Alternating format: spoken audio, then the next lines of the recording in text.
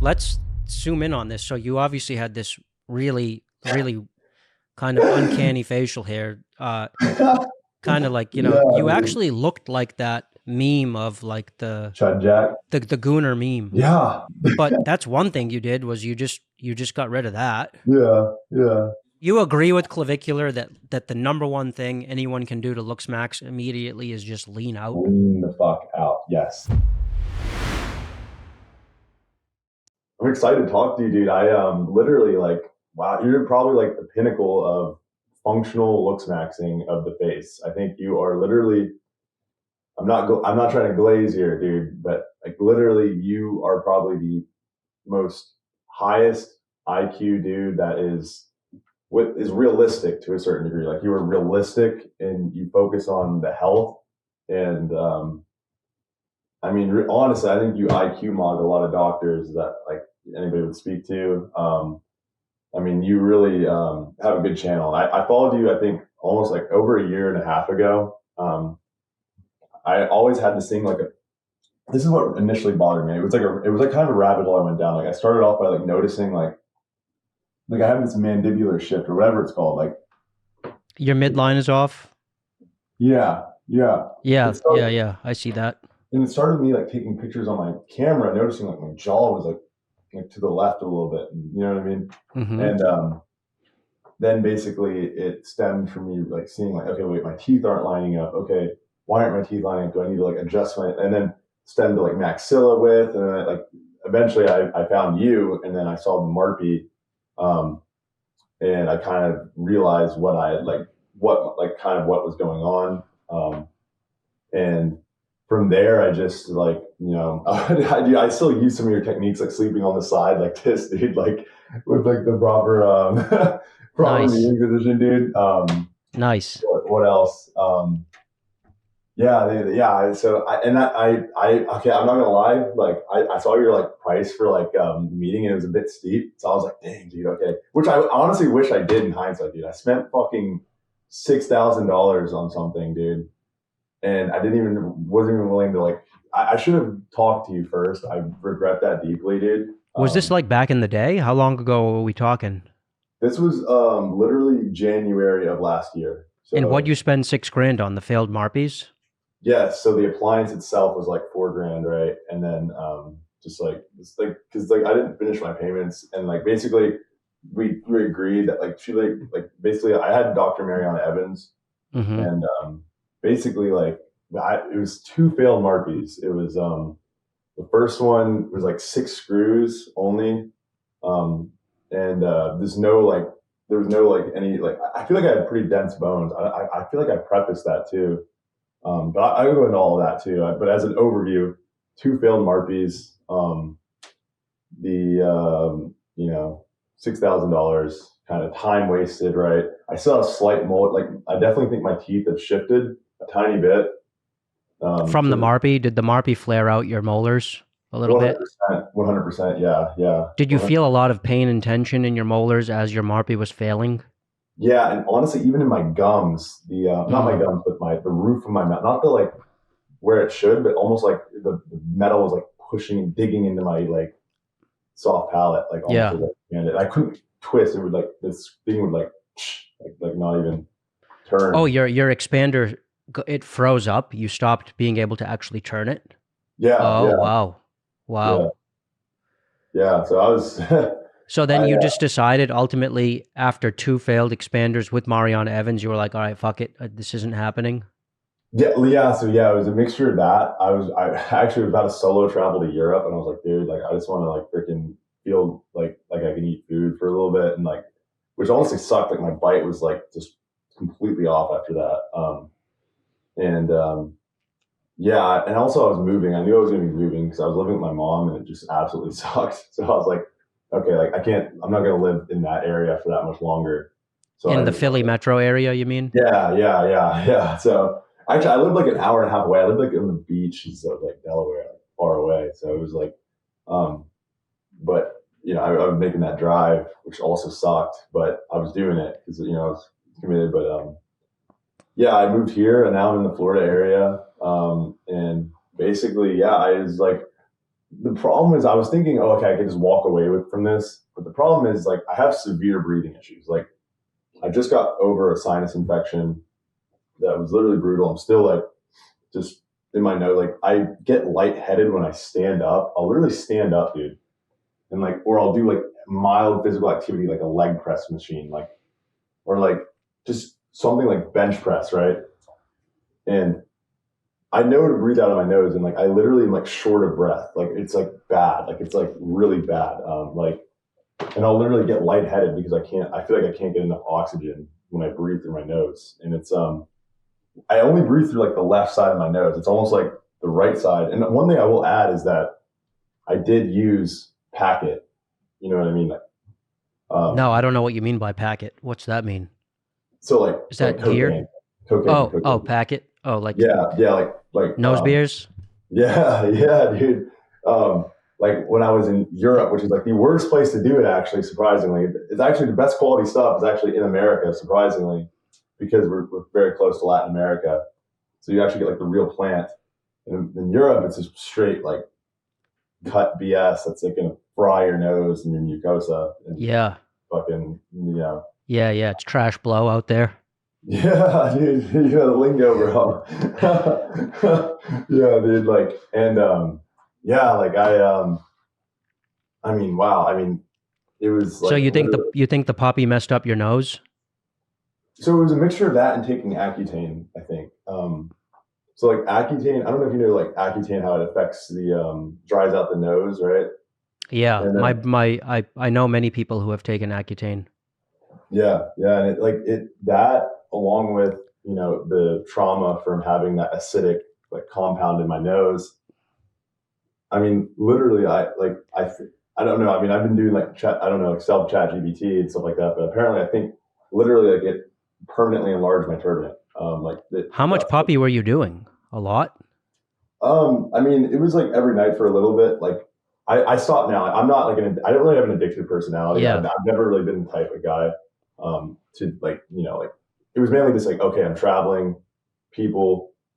You know, in my opinion, I think mentally, like it doesn't really like ruin, like it's not the worst thing in the world, but you know, for health after clearly, you know, it's not compatible with what I want in my life. You know what I mean? But Yeah. What's that, like a natty approach to life or what? yeah, just like I just want to be able to like breathe and like log, dude. You know what I mean? Like Yeah. feel good. Like you know, I mean, I don't even drink alcohol. I think the last time I drank alcohol was like, dude, like 7 weeks ago, like more of that, because like I'm like you know, I'm just like really locked in on the gym and like I want to feel my best, look my best. Like, But like you're like I would categorize you as a Looksmaxxer just based on your transformation, which was incredible based on at least some of your Instagram reels. But isn't a big part of Looksmaxxing like doing exogenous substances and drugs to try to change, you know, to try to lean out and to try to build muscle? Are you a proponent of that or some of those things at least, or are you like all natty? What's your philosophy? yeah, no, that's a good question actually. I'm kind of in the middle. So I'm not taking any like androgens like testosterone and you know like anavar and like any of those that like kind of mess with my natural production of hormones simply because like I just don't want to deal with the rebounding effect and then like aromatase inhibitors and like monitoring blood work to a close degree. But I am taking Retatrutide, which is kind of like, in my opinion, I think in like 5 years, a lot more people are going to be on that than we think. Um, it's just so good for in terms of like I've always struggled with food as a kid. I didn't really have like good stable food sources in front of me in order to have quality nutritious food. I think on a consistent basis, and I think it kind of messed up my like hunger signaling and the way I like approach eating. But Like, nonetheless, you're like a binge eater? yeah, I just don't know when to put the fucking fork down. It's like I like will like I'll eat healthy food. I eat like steak, rice, put a raw egg in the rice, mix it up, like eat the steak, like have like raw like pressed orange juice, but I'll just eat so much of it. Like I'll just like I just won't stop eating. I'll like you know what I mean? And then like money be like it's just like ridiculous food intake quantities. Yeah, Just food's wild, man. People don't think of food as a drug, but food is actually like you know, we have the ability to become addicted to it, and we have the ability to let our like pleasure circuits get totally plowed over by eating, even if it's steak. Like, yeah. You know, Yeah. it's very easy to eat way past satiety. And then, you know, even though we know that it's going to tank the rest of our day to like have this super full gut, like food coma type Yes. experience, but we still Yes. can't stop. We don't even think about it. We just keep eating. And even thin people, like it's just such a human phenomenon to experience that. Yeah. And I just think it's good that you're aware of that. It's something we all struggle with, and we'll all struggle with it till the day we die. I mean, Yeah. historically, that's called gluttony, Yeah. right? Yeah. That's the deadly sin of gluttony. Yeah. Yeah. And people don't think about it in those terms, but if you can just sort of stop yourself a few bites short, like at the Buddhist monastery I used to live at, they would say, you know, you want to stop 3 bites short, not 3 bites too much, Mhm. right? Mhm. So you want to leave a little bit of space in your stomach. You want to imagine that you're ending your meal just a little bit hungry, like you could eat a couple more bites. Yeah. Yeah. But if you can do that at least sometimes, it has such a massive effect on your energy levels. And I Yeah. mean, I'm not even talking from a weight loss point of view. I'm talking just from energy. Yeah. Yeah. Like performance, like, like, I mean, I think even like Andrew Tate said this, like, it's like if he's partially hungry, he kind of performs better mentally. You know what I mean? Because he has that kind of like, not like, like in a completely fasted state, but when you're stuffed, you like, you can't like, you're just like so complacent, you have that like blood sugar spike, like, yeah, 100%. And Yeah, and then you reach for the stimmies when you're sedated like that. yes, yes, yes, yes. And, I mean, and that's I also like getting in a bulk is like addictive. Like when you're like hitting new PRs and shit in the gym, you have this illusion when you look in the mirror, like, oh, I'm looking like big as shit. And then it's like when someone takes an off guard picture of you, you have that double chin. You know what I mean? It's like, oh my gosh. Like, but yeah, I do take Retatrutide. So what's the purpose of that? It just stifles your hunger? So it's a GLP-3. So the GLP-1s just stifle the hunger. So like semaglutide, like Ozempic, think Ozempic when like just it like purely appetite suppression by slowing the gastric emptying. So kind of like when you say like the like slightly full, it's kind of actually does that, helps you with that. Like you will actually feel more full than like you'll feel like the onset of like, okay, like I've ate enough food. Let me just chill out. It's not going to make you not eat. I think that's a big misconception. It's not going to make you like not eat and just completely like someone who like, if you've ever taken like Adderall or something or any stimulant of like caffeine, where it's like food is like the last thing on your mind and it's literally like repulsive. It's not like that.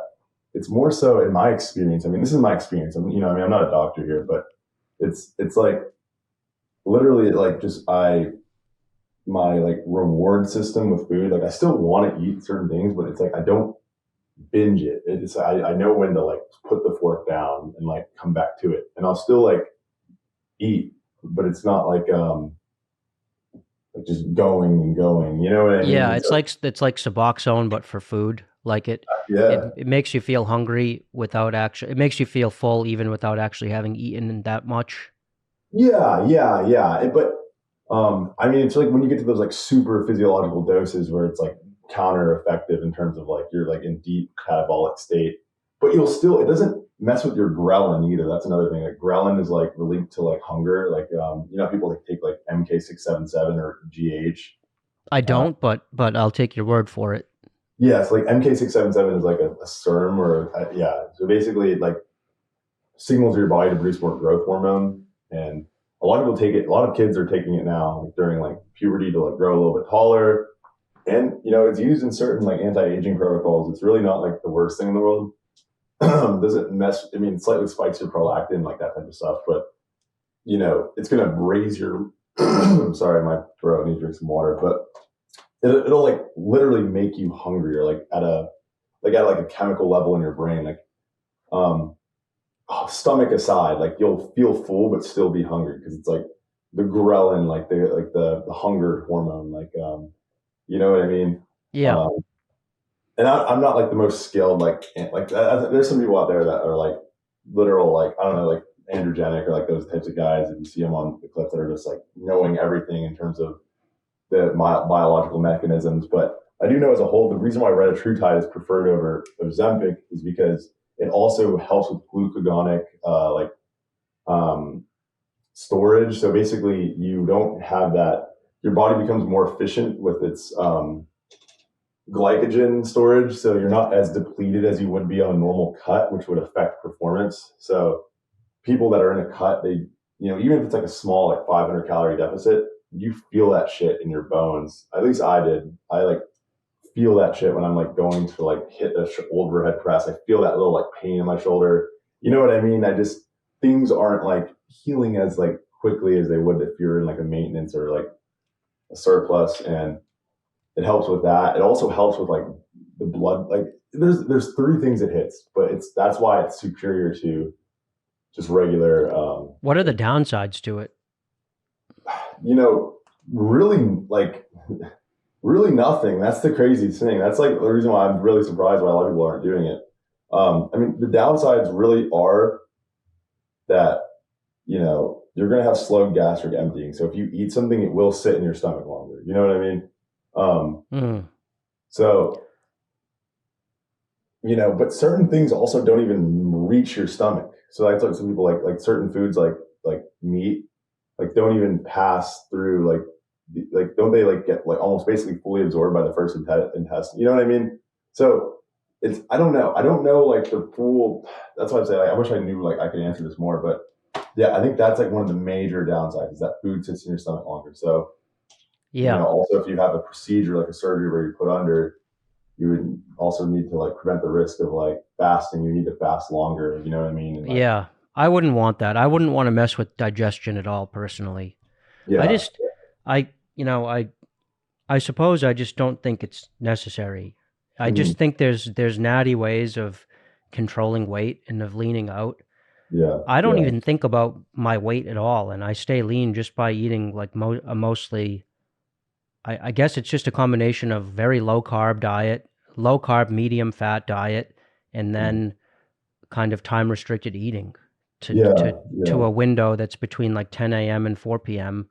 And just by managing grams carbohydrate, I just feel like you can put your body into a kind of perma fat burning mode and just stay lean without even thinking about it, without using any kind of drugs.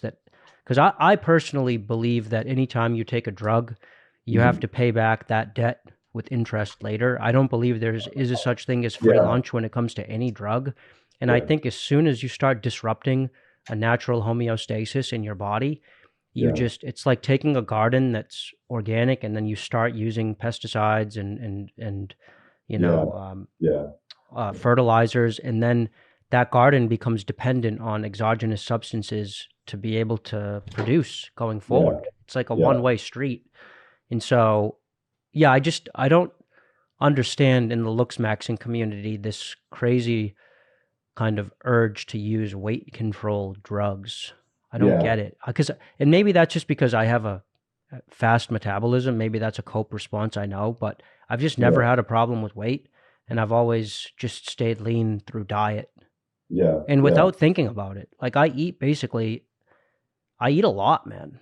Yeah. It's just, I think it's just what I eat and when I eat it that controls the weight part of it. Yeah. That's interesting you bring up. I know More Plates, More Dates was talking about this. He says, how some people are like hard gainers, like literally like, dude, like how do you like get your meals in, bro? Like I just have no desire to eat, bro. You know what I mean? Like those types of people, like OG, like David Lade or something. Yeah. So basically there's some in research going into that area that's actually like really genetic, like the literal, like I think it's like the GLP-1 signaling, or like like whatever, the ghrelin, like hormonal, like the ghrelin response in the brain, like the hunger pathways, even literal stomach gastric emptying. It's actually different for certain people. Some people are slower and faster, I think, within a range. Yeah. So, I don't know, like even as a little baby, like I had an older brother who was like literally like just so much leaner than me always, like way skinnier, actually like didn't look good at some points, like so like ectomorphic. And I was just that like ice cream cone in my hand, fucking like, Punch. You know what I mean? I don't know, like just always loved to eat. I don't know how genetic that is, No, I acknowledge that. And I think that my experience is not universal or universalizable, and I want to be careful not to say that, you know, just because something works for me, it doesn't mean it's going to work for everyone else. So, but yeah, I guess I never really had an excessive drive to eat that I was aware of until adulthood. Yeah. Right. Yeah. I think basically my trajectory was I had a pretty normal childhood, pretty balanced in all regards. Then in high school, I started using like alcohol, weed, some other recreational drugs, and I think I fucked up my dopamine reward system, and I realized that there was this way of spiking your dopamine reward system with drugs, and then I stopped that stuff in my late teens, early 20s, and at that point, I became more aware of my tendency to use food like drugs, because like when you're sober, you still want, like, your brain still remembers that dopamine reward system spike. You still want that high. Yeah. And so 100%. That's when I started realizing that like food could be used in that way. Yes. Oh my gosh. Yeah. Yeah, dude. Yeah. I quit vaping.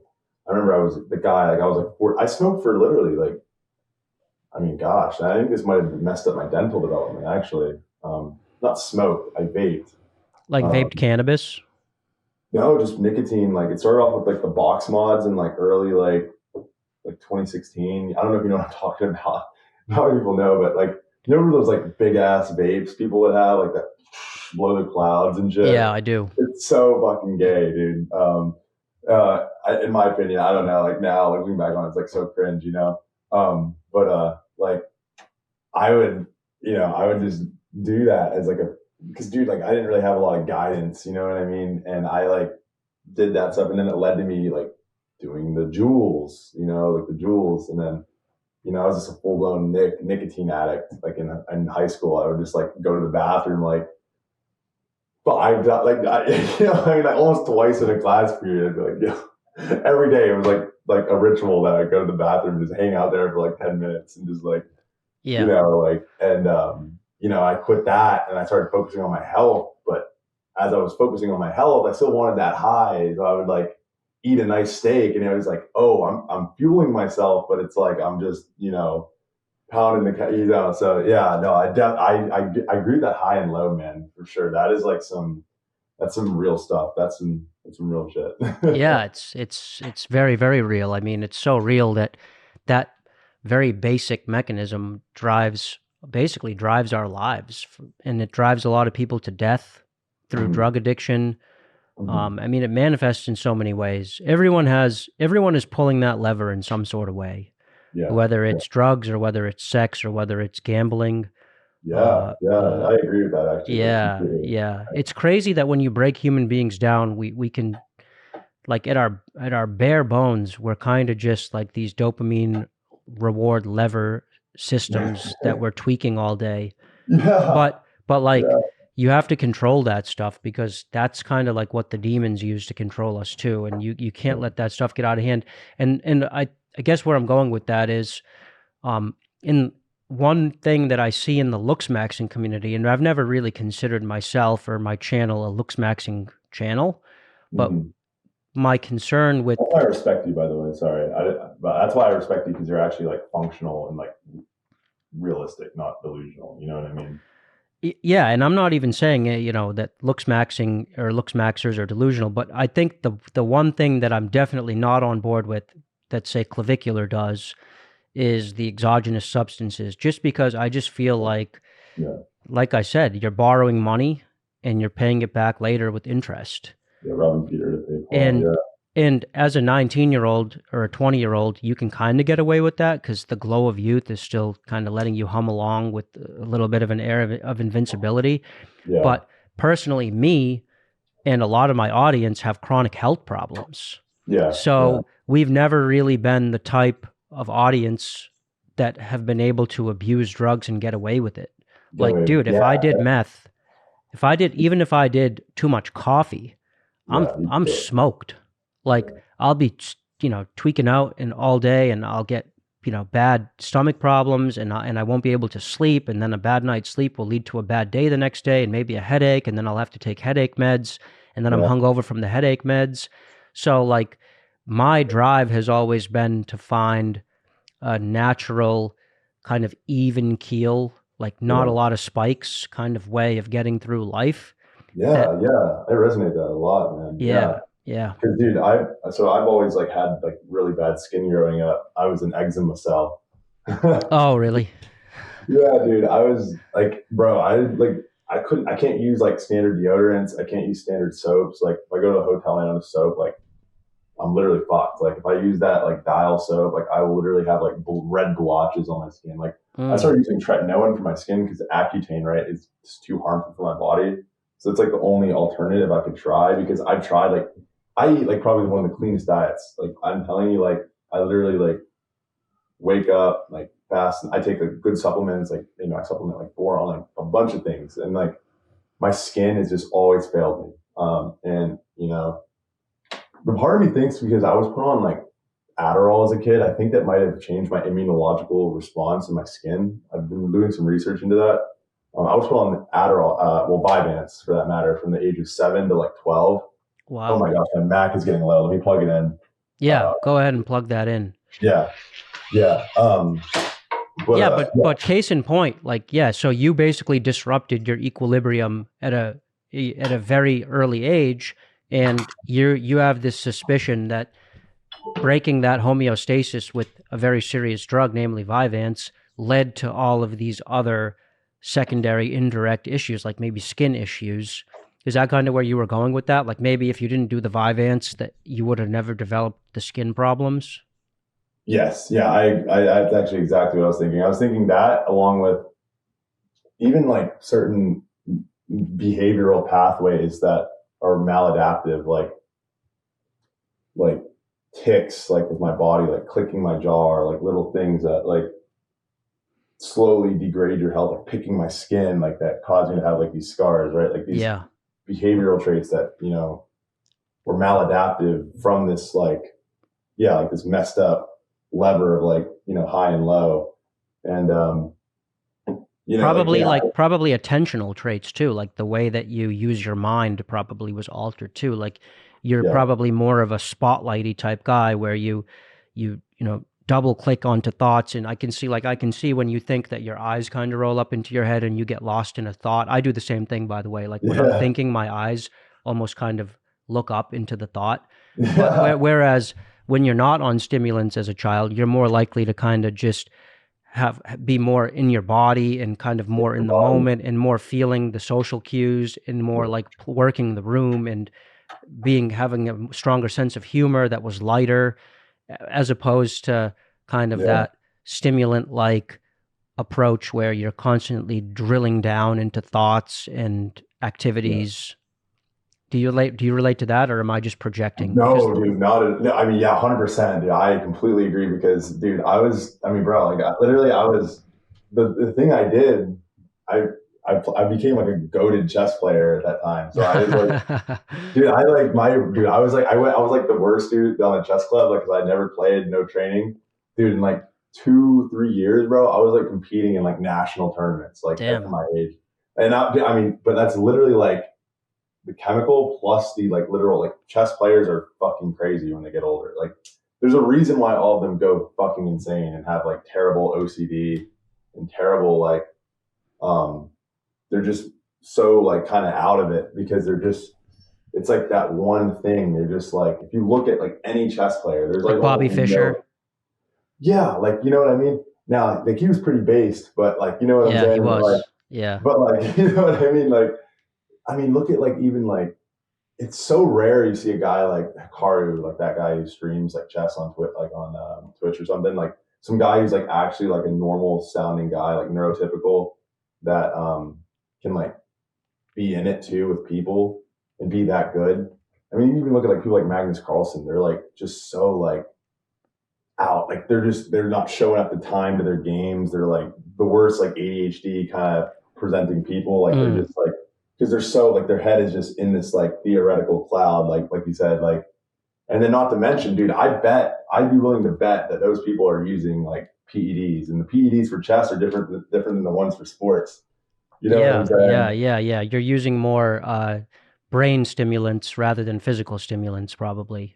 Yeah, I think like the Russians developed like CMAX or Selenk or something like that. Like these, Yeah. so But isn't Looksmaxxing itself a kind of reflection of this stimulant rewiring of a lot of Gen Z kids where mhm, like because what I was suggesting earlier, where you have this, say you have this problem that you're trying to solve, like dating, like, oh, I mhm, want a girlfriend.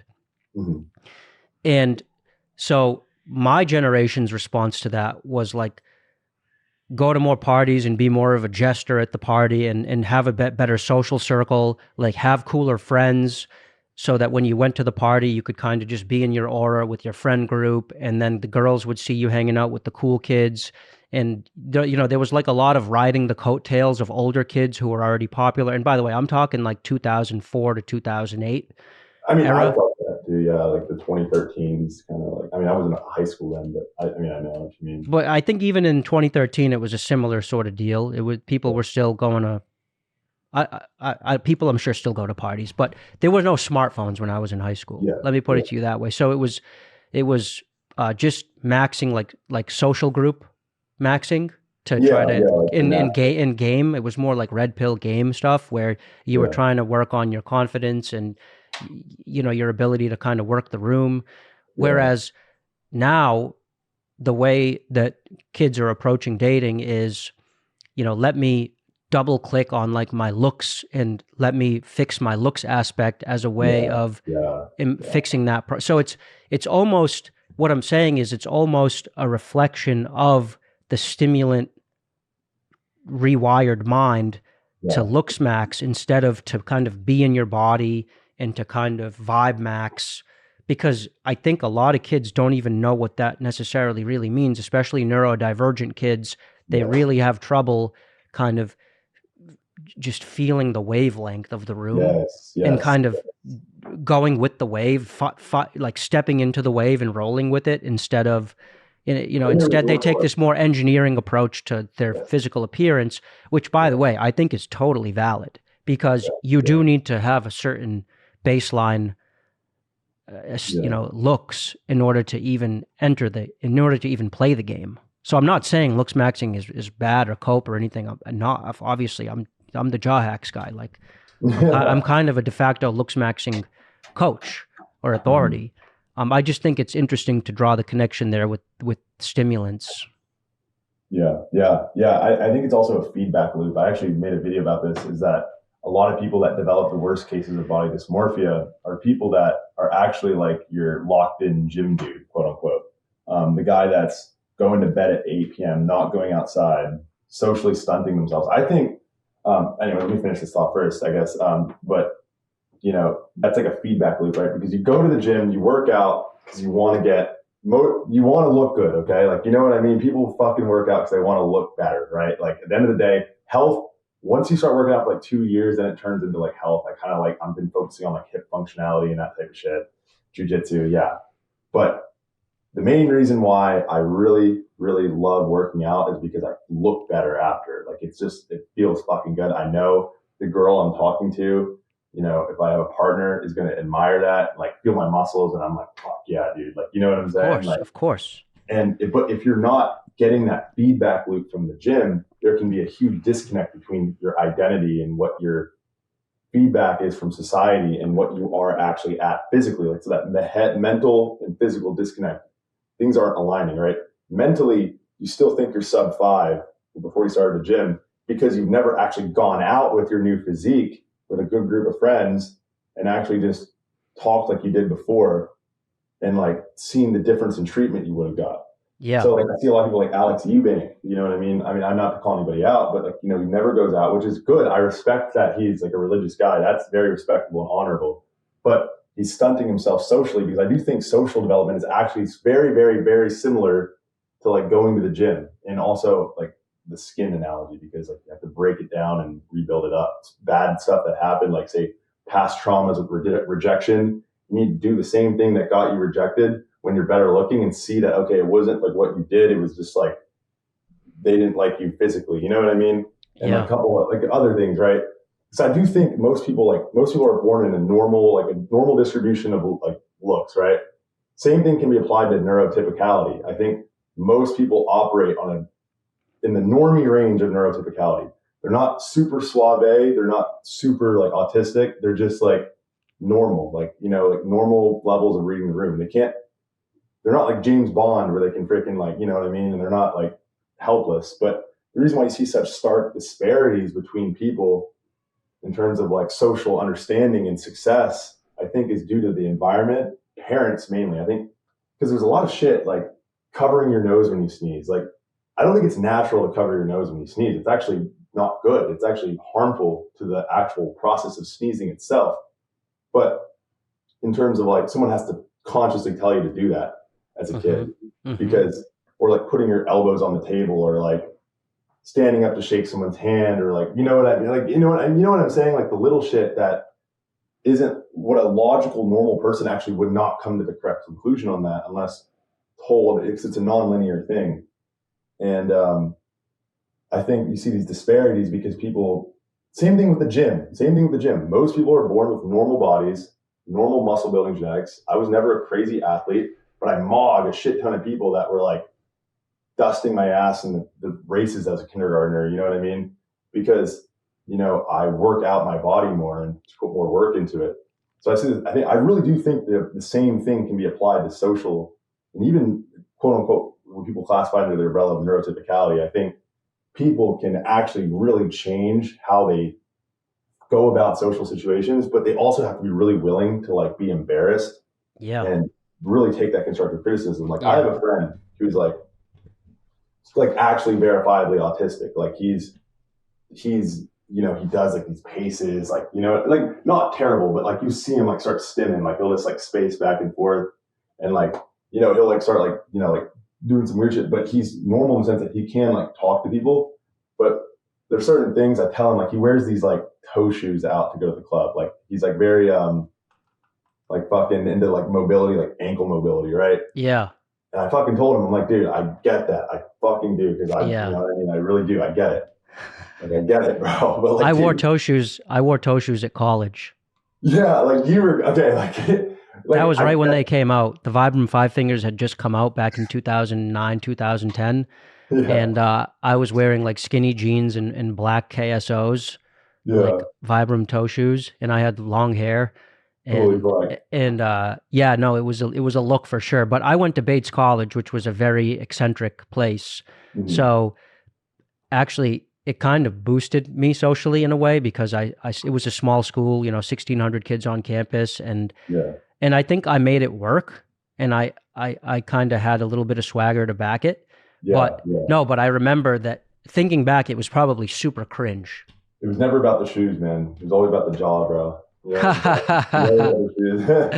No, but I get your friend though, because you can get so into like the natural movement stuff where you start looking at shoes and you think shoes are super weird and dystopian. You're like, why would anyone wear these boxes on their feet? It's so unnatural.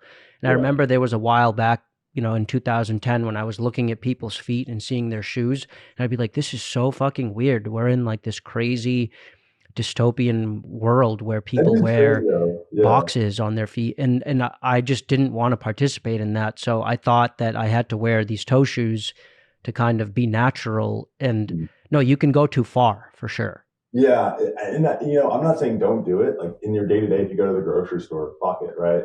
But if you're going out to the club, right, like you need to put on a pair, like you need to look typical. I know it's like not like, and he eventually listened, like. So that's how I know he's not like a fucking lost cause. He's not like, but he's slow to like accept change. He's slow to like fucking take like constructive criticism behind closed doors. I'll never like fucking go up to him in front of people and be like, yo, your shoes are fucking look like shit. I'll never do that. That's terrible. But the way I know someone is like really actually like giving me true like constructive criticism is like in my fraternity, for example. I have like bad eczema, right? So I don't wear like deodorant that much. I finally found some good deodorant from like this Amish store that like actually works for me. But you had BO for a while? Well, yeah. So and you know, and this dude took me back to the room and he's like, dude, like I pulled you aside because like, you know, like I want to tell you here so you know I'm not just trying to fuck with you. Like you fucking stink, bro. You know what I mean? Yeah. Same thing happened. I had a similar experience once when I was living at the monastery. Yeah, because I was living in a tent and there were no showers and stuff, and also going through it. What's that? Where was that at? Is that in Thailand? No, that was in Valley Center, California. Oh, sick. There were showers, but to take a shower, you had to walk all the way up the mountain, and you had to do it during your like only break time. And at the end of the day, everyone else kind of stunk too, because everyone was kind of just living in this avocado grove, and very easy to kind of, and you don't smell yourself because does a fish know it's in water, right?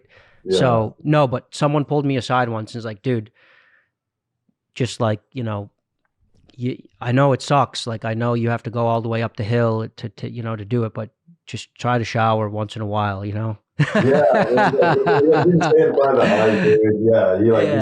I appreciated it. That's the way you give someone constructive criticism. You don't call them out and tool on them in public. And also, you don't also not tell them, because that's also cruel, because then you're just letting them go on and make a fool of themselves.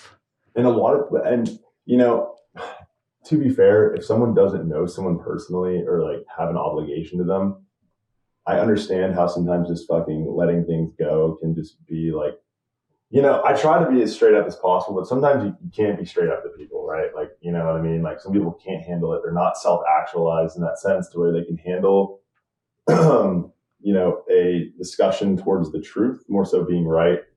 You know what I mean? And I fall, I mean, even as a person that complains to be like self-actualized in this egotistical sense, I get upset, I get emotional, I get attached to things emotionally.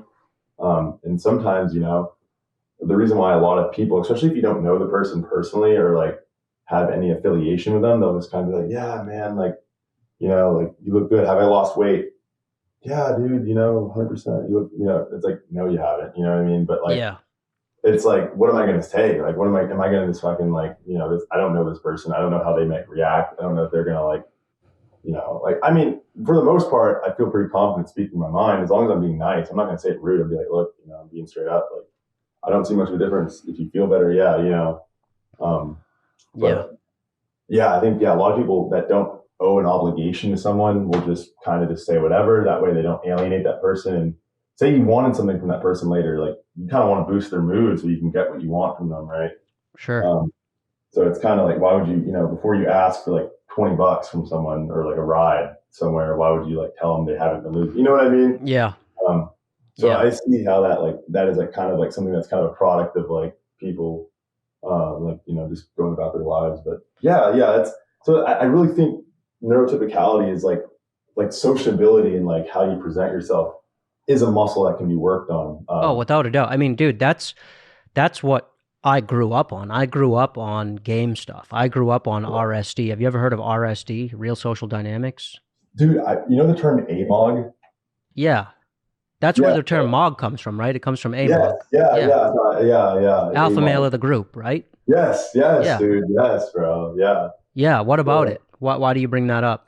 I don't know. I didn't know if that was like similar to like because that was from a game book. I was talking to this dude actually about it like recently. He's like, you know what AMOG means? You're a real one. I'm like, you, of course, bro. But I got that from like a Face and LMS video because he was like the history of the BP kind of like a documentary. Yeah. So, dude, game stuff was like Looksmaxxing, but for social skills. Like game was put onto the scene by neurodivergent guys like RSD Tyler, who now he's known as Owen Cook, and he's a self-proclaimed neurodivergent.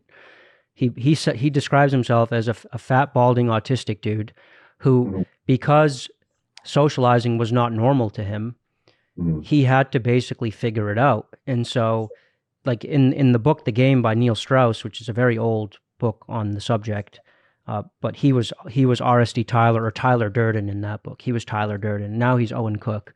But he talked about how it's kind of like what Clavicular says when he says everyone knows what good looking is. It's just that he makes it explicit. Looksmaxxers make explicit what everyone else knows implicitly about what is attractive. And it was the same with game back in the day. Everyone knows what being normal and being chill and being confident looks like because we experience it every day, especially when we deal with older people who aren't as autistic and they would just live their lives and they would go in and just be themselves and be self-entertained and not be too self-aware and don't think 10 times about everything they're going to say and don't fidget when they walk into a room and meet new people. Like older people are generally just very suave and kind of normal.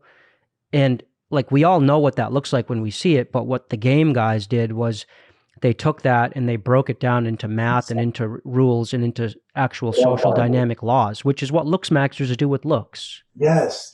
So there's a huge parallel there. Yes. Like people, when they look at a face, right, they don't see, oh, your FWHR to bizygomatic bigonial width. Like your bigonial width is narrower than your than your bizygomatic, right? Like, yeah, they're not thinking that, but implicitly they're going to be like, huh, he's got like a pretty like weak looking face. Yeah. Or he's kind of awkward would be the parallel with social skills. Yeah, he doesn't really do too well with the chicks. He kind of shoots himself in the foot. Yeah, why is he so weird? Yeah. Why is he stutter when we introduce him? Why does he change the way he acts when he's with his boys, and then a group of girls comes up, and why does he all of a sudden start acting real different? Yeah, and then the dude from the book will be like, "This is called social facilitation. This is when," or this is called losing your frame, or something like that. Yeah. Holy shit. Yeah. No, that's actually, damn. You just gave me like a whole like red pill, like fucking. Like crowd, dude. I'm like smarter now. I know some history, bro. Like, let's go, dude. Oh yeah, and the thing about game though, and the thing about social skills is it's way harder than Looksmaxxing. I mean, Looksmaxxing is something you can do alone. It's very much in that stimulant kind of neurodivergent mindset. It allows you to lean into your neurodivergence, whereas social skills requires you to really go out and have kind of learning by failure, trial by fire. And so it's obviously much more difficult and takes a lot more time. Oh my gosh. That's actually why earlier I said I compare it to skincare, like skin healing, because Looksmaxxing your muscles and like your face, it's like, okay, expand, grow, stress, grow, like simple. You know what to do. Like freaking, you know what to do if you want to like get stronger, just go lift. But with your skin, you got to like break it down. You got to go out socially, break yourself down. It's therapeutic, dude. I'm with this guy actually. His name's Asher White. He's on TikTok recently, but he's like a friend I met since I moved down here. He does like a lot of like cold approach, and dude, like he even says it, like I mog him, dude, like physically, but his confidence and his ability to go up to people just gets him indoors, man. Like, and like he gets like bad women, dude, like that are like actually like really attractive. But when I go out with him, and I remember I do like some of my content on my Instagram, you see like it's like me going up to people telling them I'm gonna get like surgery or MARPE or something, and I'm just like fucking with them. I don't know if you've seen it on here, like I don't know if you like saw it, but I'll like, no, I haven't seen it.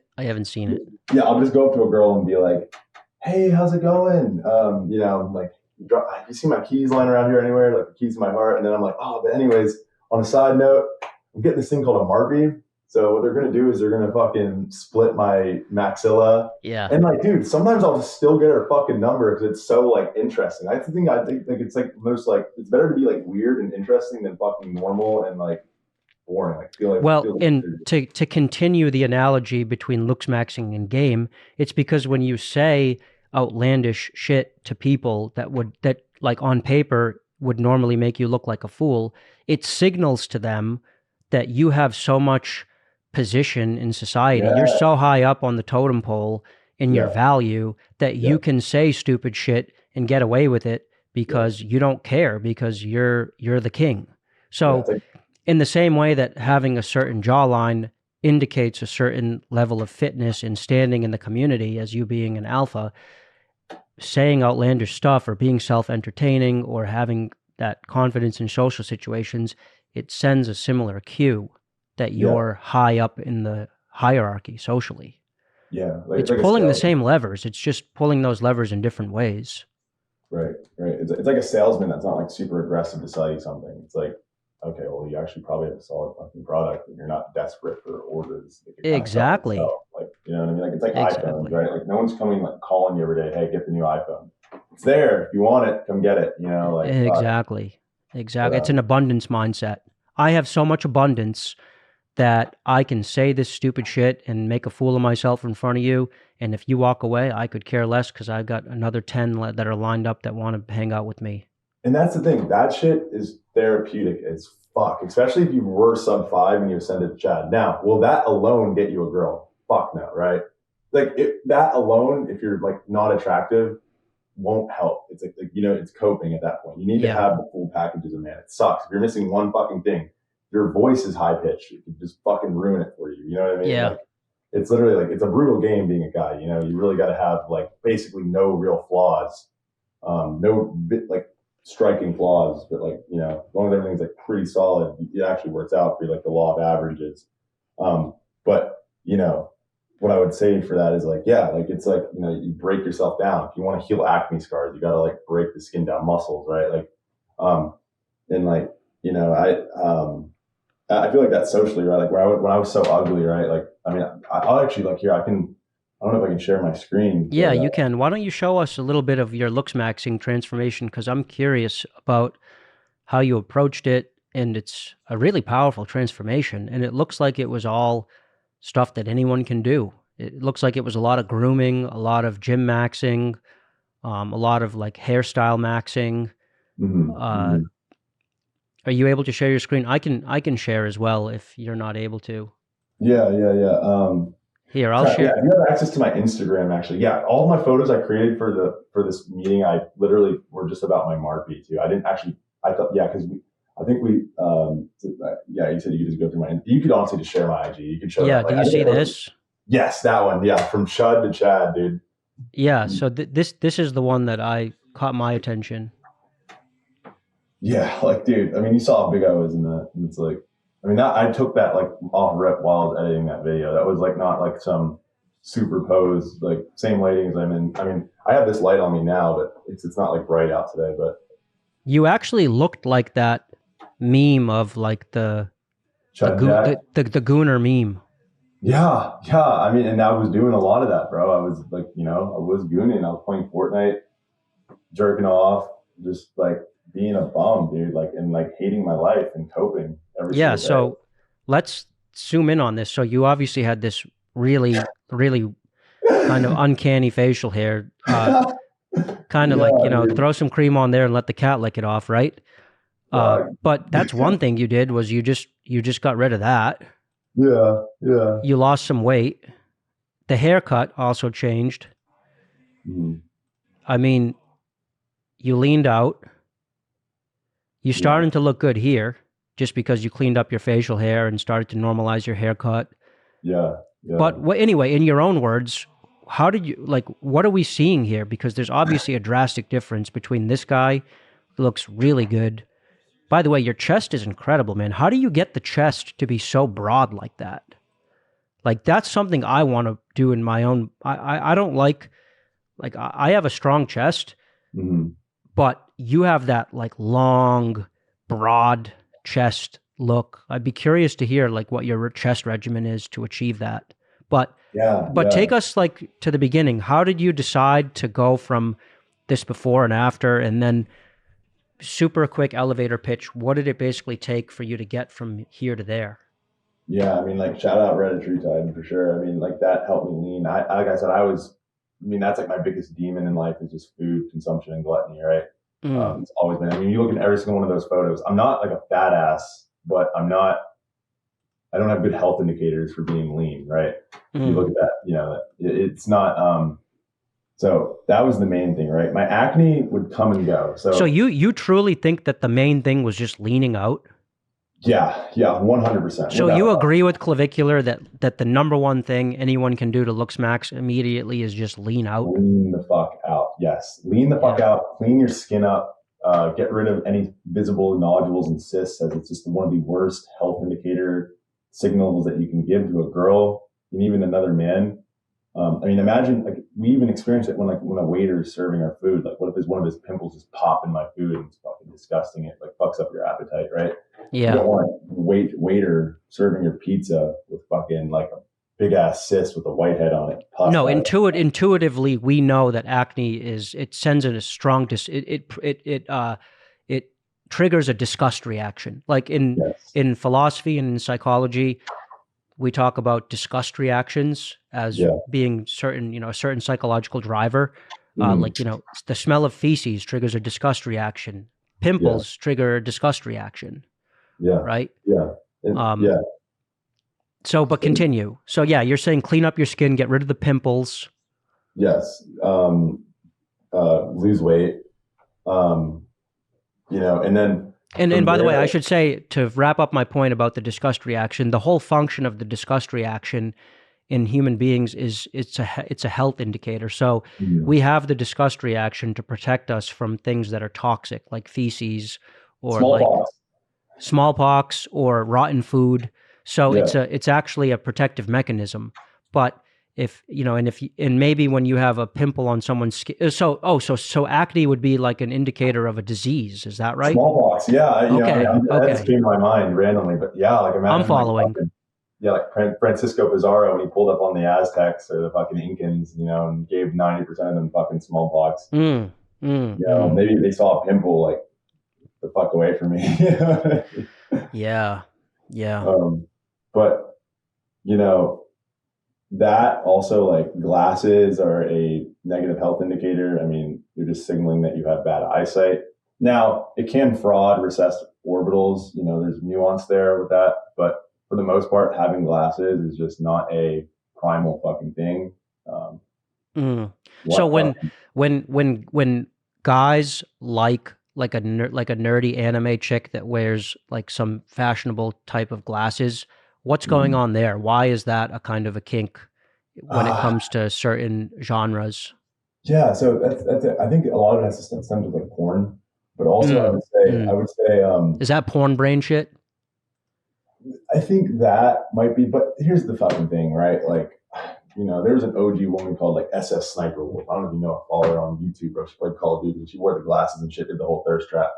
You know, that just comes to my mind. But, you know, I'm thinking the reason why that girls can get away with that, same reason why girls can get away with round and recessed faces is because it's a feminine trait, right? So this is what the shitty part is, like, why men can't get away with any phalos, and literally women could like actually have a bunch and still be appealing, right? Like it's literally like they, you know, like a slightly like, you know, round eyes, right?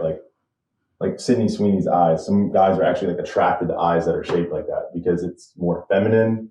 So it's almost like the inverse of what makes a man attractive is what can sometimes make a woman attractive if it's dressed up properly.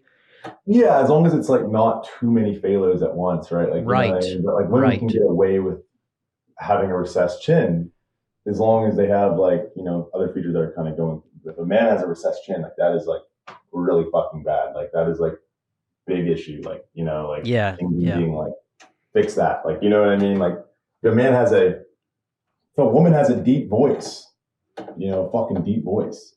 If she's hot as fuck and like fucking perfect girl, you know, it's going to be fine, you know? Yeah. It's maybe a super picky man, like, you know, that actually has options. Okay, fine. But for like the vast majority of normies that are like desperate in the depths, you know, they'll look past that shit, you know? Maybe have some acne. No worries. A girl can have acne. Who gives a fuck? Like, you know, she's still hot. She's like in shape, has a good waist to hip ratio. Fuck it. You know? Yeah. But if like, you know, a guy has acne, you know, like, I don't know. I just feel like that is like a bigger issue for him. It's a bigger issue. Yeah, there's differences between what make a man attractive and what make a woman attractive for sure. And I think trying to figure out all of the distinctions and nuances in that is probably beyond the scope of this conversation. But suffice to say that it is different. It is different. Like, you know, a short girl versus a short guy is way different. Yeah, even if you look at me like a month ago, actually, if you scroll down to like the bottom of my IG, like I don't know how quickly, there's not like so many posts. There's like, femcell daughter. Yeah, I'd go up to a fucking like chick on the street and be like femcell daughter or chud son, like, and like sometimes like still get the number or something. You know what I mean? It's just like fucking wild, dude. Like, it's therapeutic. It's therapeutic. What? Of course, it's exposure therapy. Literally, yes. So what's your point in doing that though? Are you doing that just to show how important looks are, or are you doing that just to show how important self-amusement and game is, or both? It's a mix of both. It's actually really, I'm really not even trying to show anything, actually. It's more so just like, I find it fucking funny and I want to just like entertain, you know, and like build like my name and stuff. And like, just like, I don't know. You like, post a lot, man. Holy shit. I know, dude. I've been so locked in, dude. Like I try to post like 5 times a day. Yeah, actually like. Wow, great shit. That's you? Yeah. Wow, you're a savage beast. Yeah. Are you Natty or what's going on here? Yeah, so I'm not on any testosterone. I got my natural test checked. It's 950 nanograms. While I was in Thailand training Muay Thai and like running every day, so it might be like around the 900s here in America. I don't know. I mean, now that I'm in Florida, I'm also like using like skin creams, which I think can lower my shit. There's Hexum, right? There's Hexum, yeah, dude. What a killer! What a killer! But yeah. So like, you know, I have like 900 tests, and like people that are taking like 200 mgs of tests, you know, injected are around 2,000 or like 1,500, right, or 1,300, I think. So it's like I kind of have the testosterone. Like the difference between 950 nanograms and like 1,300, not going to be a huge visible difference, you know, like in terms of like over the long. I mean, you'll see it, especially with people that inject roids. They're more pumped throughout the day because the testosterone is more consistent. They don't have that like diurnal curve. What's an LHTN? Low high tier normie. So I'm a low high tier normie. So I'm like higher than normal, but I'm low high tier. Like there's not a stark. There's also high tier normie. Yes, high tier normie. And then what's beyond what's beyond high tier normie? A Chad? Chad light, which is like way rarer than people actually understand. Like a true Chad light is like someone that you will remember when you see their face. Like for example, that like Hexumlite in like his best photos is like a Chad light. He's not a Chad. He's not a Chad. He's not a true. Wait, you mean Hexum or Hexumlite? Sorry, Hexum. I mean, wait, so Hexum's not a Chad? He's not a Chad. No, he's not a Chad. Who's a Chad then? Facially or like just all around would be like Dolph Lundgren. If you just stand Dolph Lundgren and Hexum next to each other, I mean, he's like taller than him. His face is just like. Is Clavicular Chad light, or is he Chad, or is he high tier normie? Yeah, so Clav isn't actually facially or even frame wise a Chad light or Chad. I would put him at LHTN in terms of face. Is that you with Clavicular? Yeah. I just used streaming. I kind of low key sniped him, but it was like peaceful. I didn't like. Was he nice to you? Yeah. He was actually really respectful. I called him by his old name. His name on. So fun fact, I actually used to do this Looksmaxxing shit back in college, long time ago, but I deleted my old TikTok. I had a couple of videos of me like taking MK677 to like grow my frame because I was always very insecure about my narrow clavicles and my height because, you know, I feel like I didn't get my full height potential because of like, you know, stimulants that I used as a kid and diet and sleep habits and all that shit. So I would post videos of me like tracking my height, taking MK. And he commented on my stuff. His name was Mogdby. This was before he was even named Clavicular. And is that on looksmaxx.org? That was on TikTok, actually. I was on .org, but I never like really posted. I was always just lurk and like read shit as I go. I mean, it really, I didn't like, I was more so just like, I don't know. I also didn't take it too serious because I was kind of like a little coping a little bit. Like I was kind of a gym cell, you know what I mean? I mean, you can even see like if you go down farther and farther of my face, like I just start to, even before I go to like Florida, like it's like I get like you start seeing me puffy. You know what? I'll just show you on my phone because I don't want to feel bad. But it's one of my pinned videos. Like this was me. Like hold on a sec. Like I'm a lot puffier, dude, than I am now. Like it's pretty noticeable. Like here. Yeah. What do you? So what's okay? Yeah. Yeah, puffier. Mm-hmm. And that's just a month, dude. I lost like 30 pounds in a month. Like it was. And is that with the Retatrutide?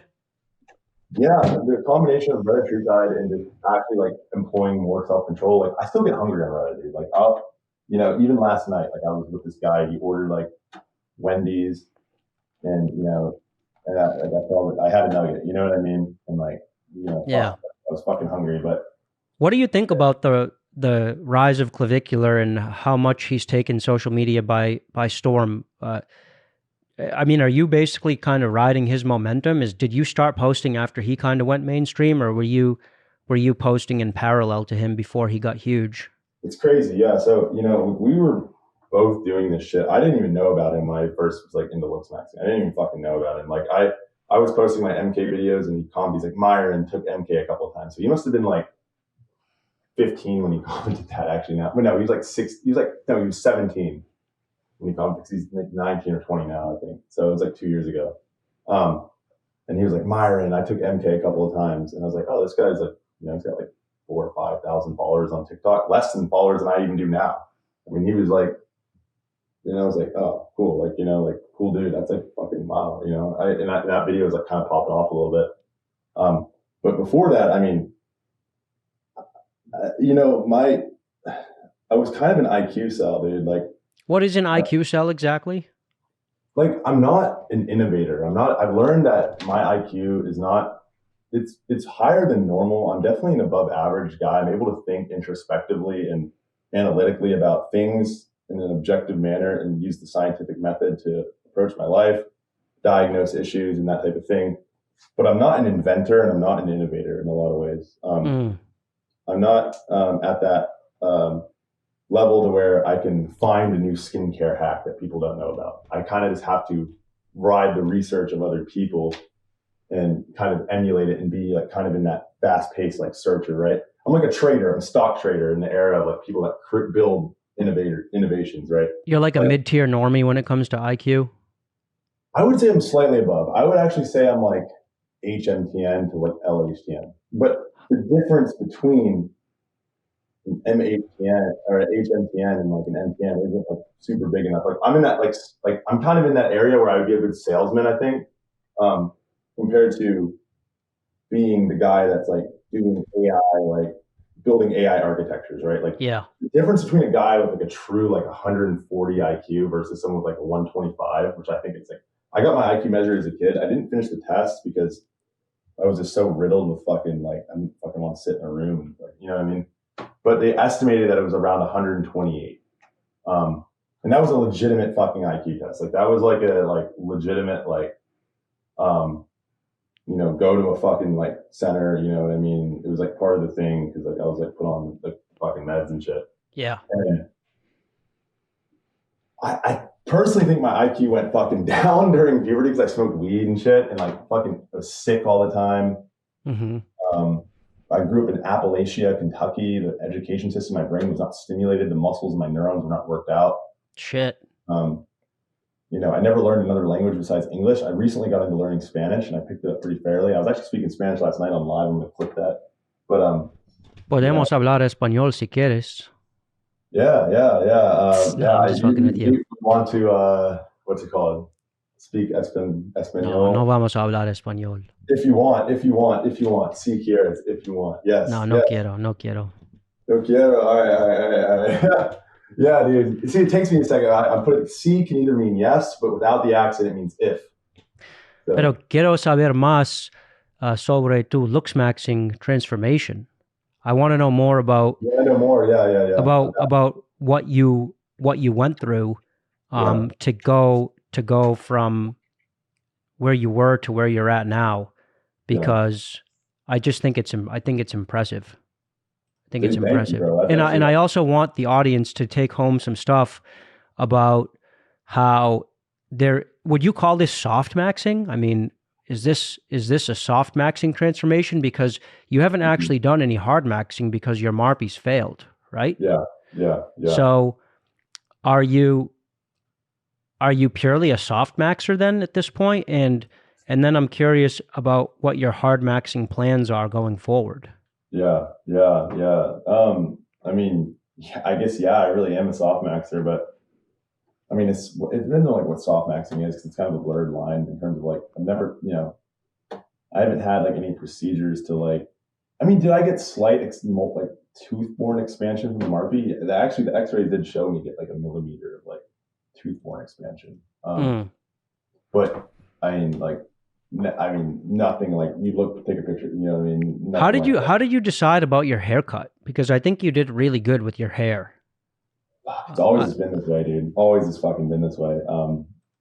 Your hair looks really good here, and the light is hitting it nice. I don't wash my hair with shampoo or conditioner. That's a major thing. I should say that. I don't ever use shampoo or conditioner. I think it's bullshit. I think it's a psyop. I think fucks your hair up. It's like injecting testosterone in your body.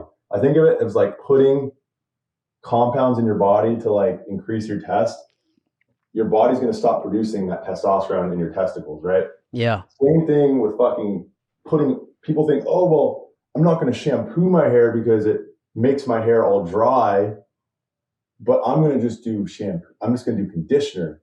And then they're like, oh, why do I need to like put conditioner in every day? If I don't put conditioner in, my hair feels dry. What the fuck?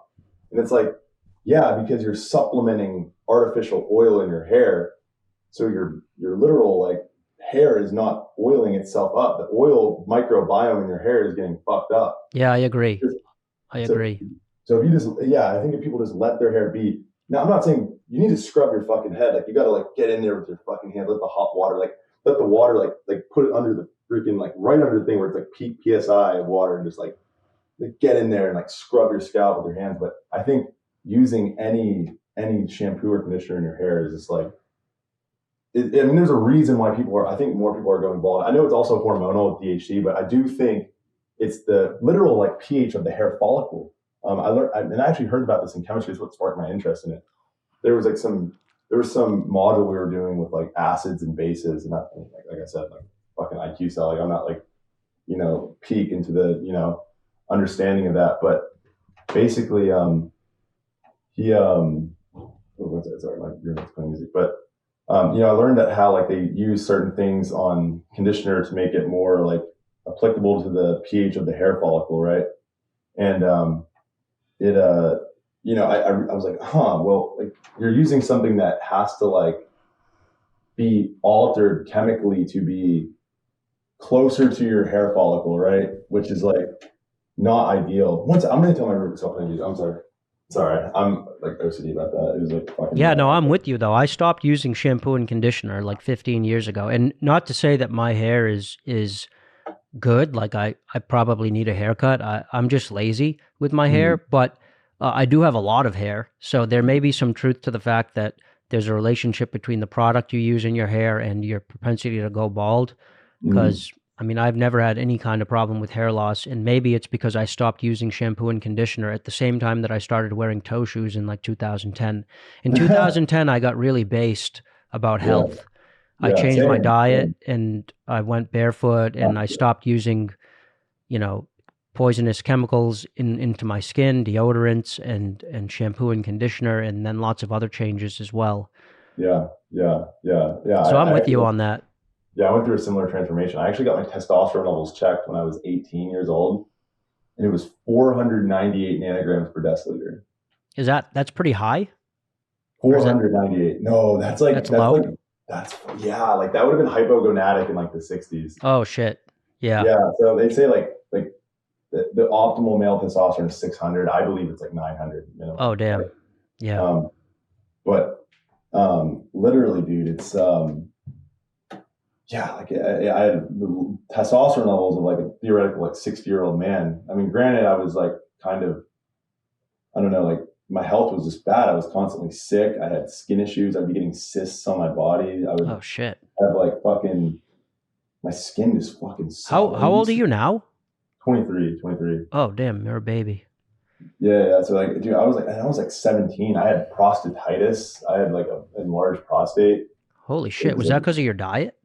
I don't fucking know, dude. I think it was because of like fucking gooning and a mixture of like diet and like sitting in a fucking chair playing video games all day. Yeah. But also like, I think it also DHT is like a proponent in that. You know what I mean? I think, but yeah, I had a lot of prostate issues, a lot of just fucking health issues, man. I fucking couldn't piss. I'd have to wake up in the middle of the night, piss. And I'd fucking have skin issues, like rashes all over my body. Damn. And I just fucking felt ass, dude, like fucking terrible. And my testosterone showed it. I was stressed the fuck out. My cortisol was high. I wasn't taking care of myself, and I just flipped. I did like a complete 180. Now, did I do everything right? No, I did a lot of things wrong. Like I binge ate. I got really bulky. But did I feel like better? Like, yeah, like I felt completely better. I felt,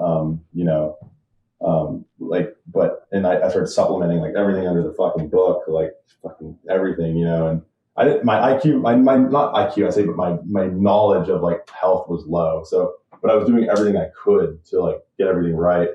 And this is when I found out that I had like allergies that went undiagnosed as a kid. My parents didn't know that fragrances and the soaps and, you know, detergents were like causing me to have these like chronic skin conditions where, you know, I had like red blotches on my skin and like, you know, so when I stopped that, I started using like pure like olive oil soap. You know, it's cheap actually. I use like Dr. Bronner's now or something.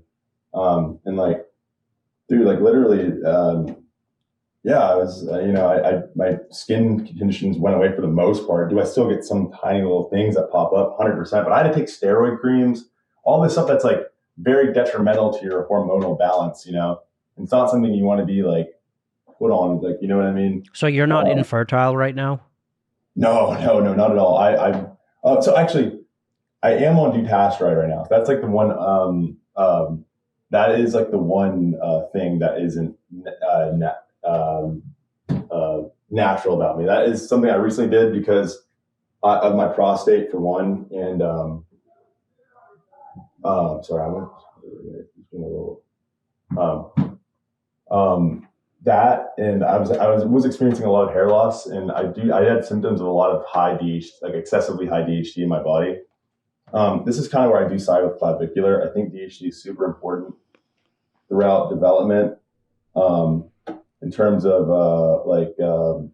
you know, developing secondary male sex characteristics. But in terms of you know, after the age of like 21, I think it's healthy to have like a reasonable level, but I think it starts to, it's almost like people that were like very big and strong, like Brock Lesnar, they're more prone to getting heart attacks and aging more and looking older because they have higher growth pathways and more androgenic molecules going throughout their body. It's going to serve as to their detriment later on in life.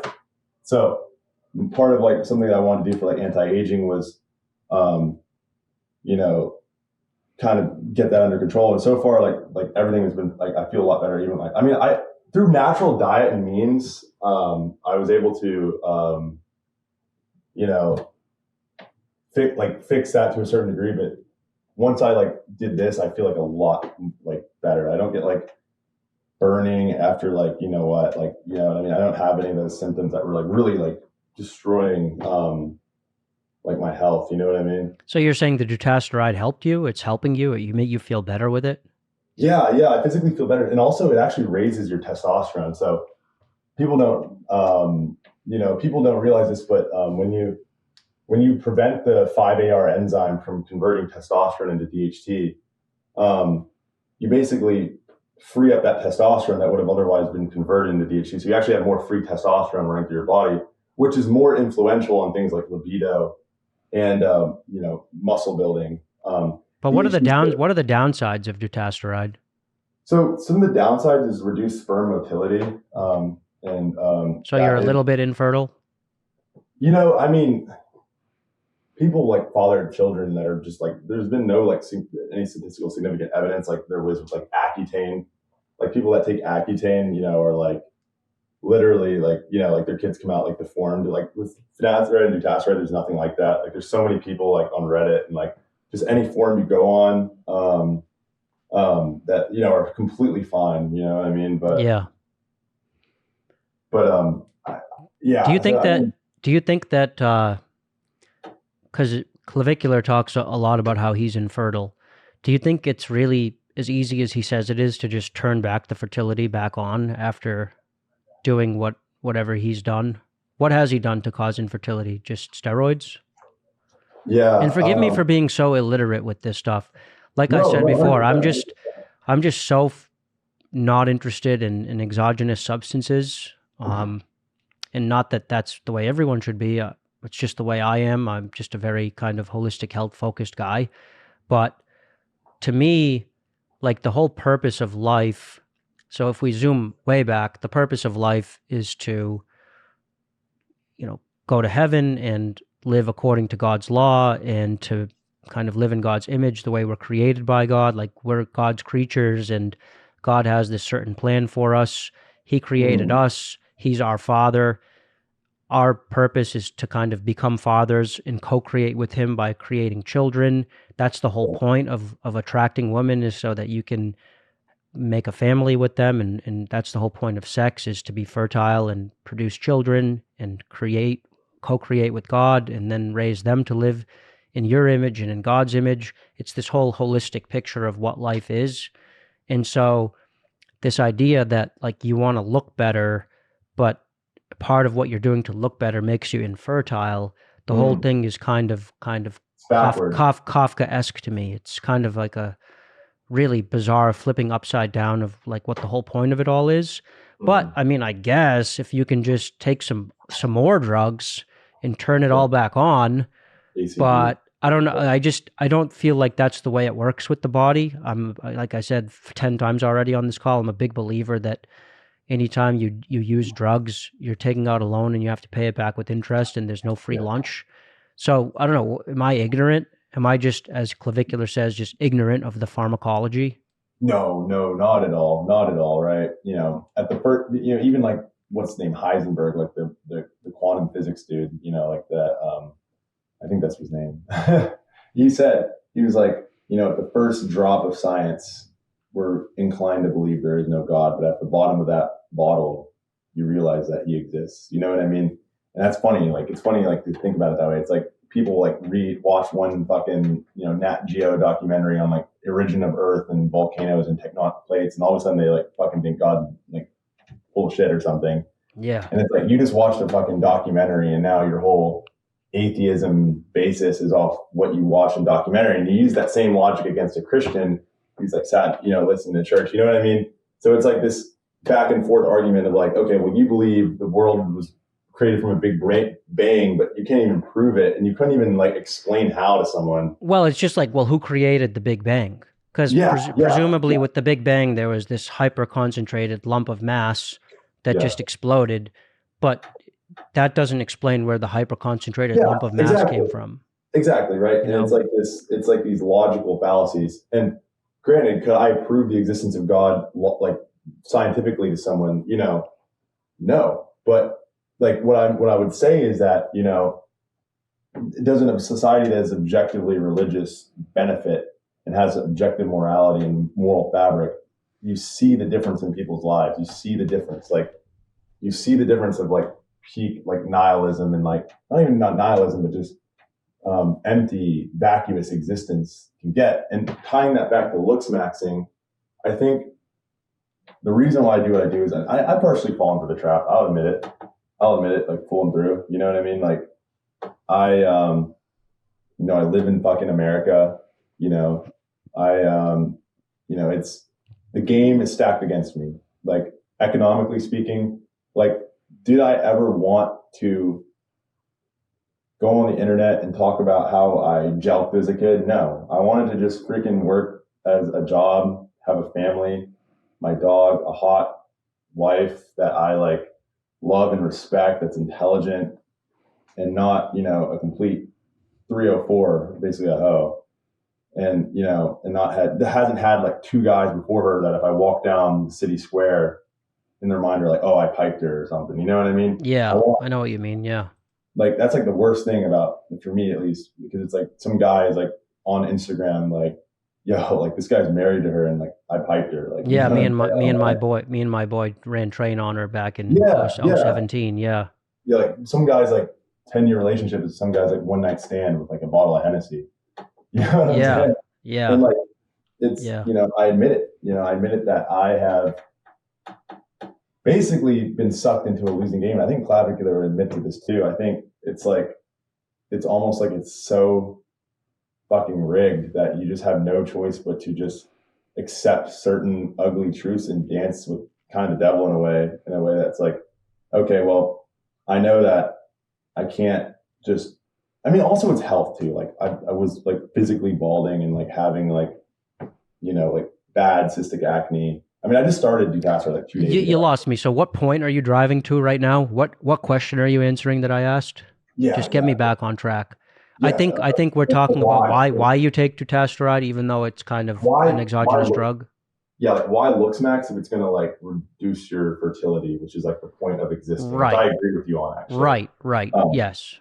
And I would say that it's, for one, it's not completely reducing like I'm still fertile. Like, it's Yeah.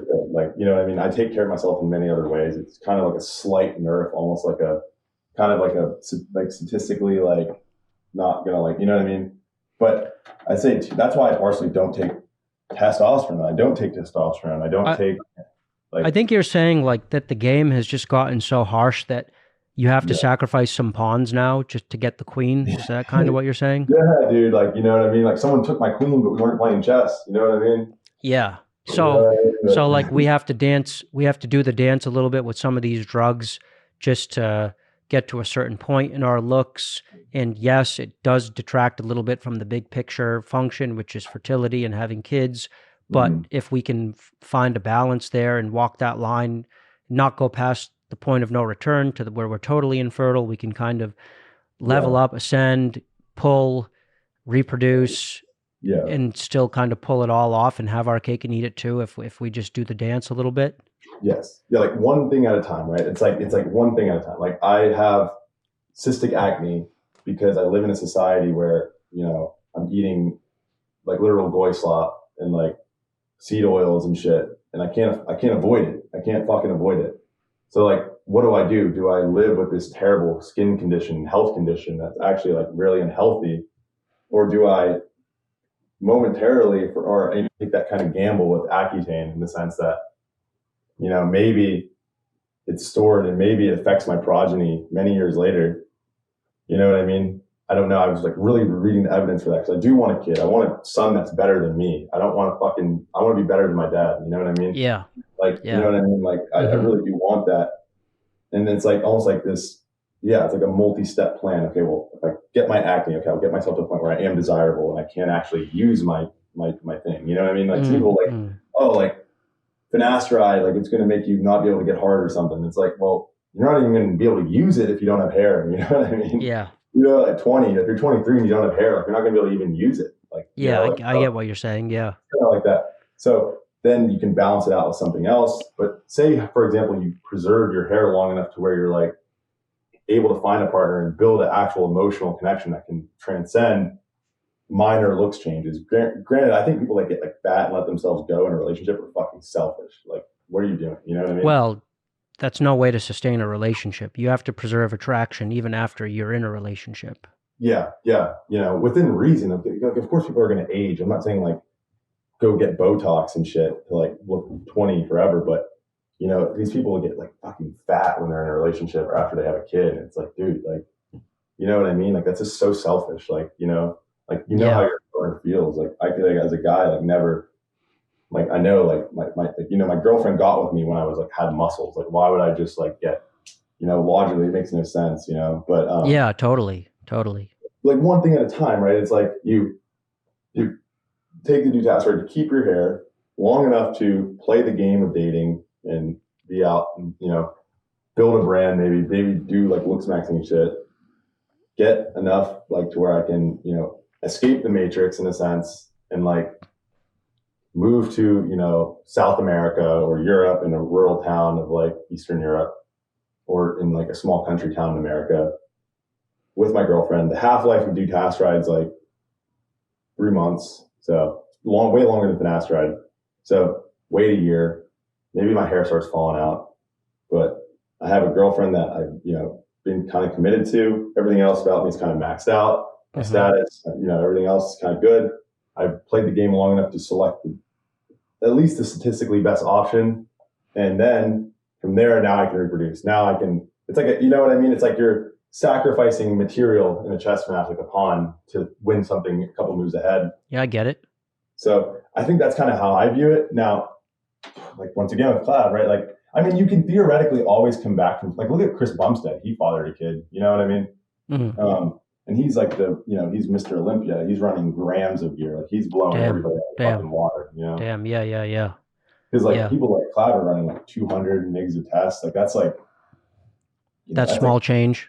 Peanuts compared to like Ronnie Coleman and like these motherfuckers like that have kids actually. Like I don't know if Ronnie Coleman had kids, but I know a lot of the bodybuilders in the golden era you know, had kids. Like Arnold, he had like 2 kids, you know, and he was running, you know, shit that like, you know, people now probably would never even touch. Yeah, some crazy shit from the 80s.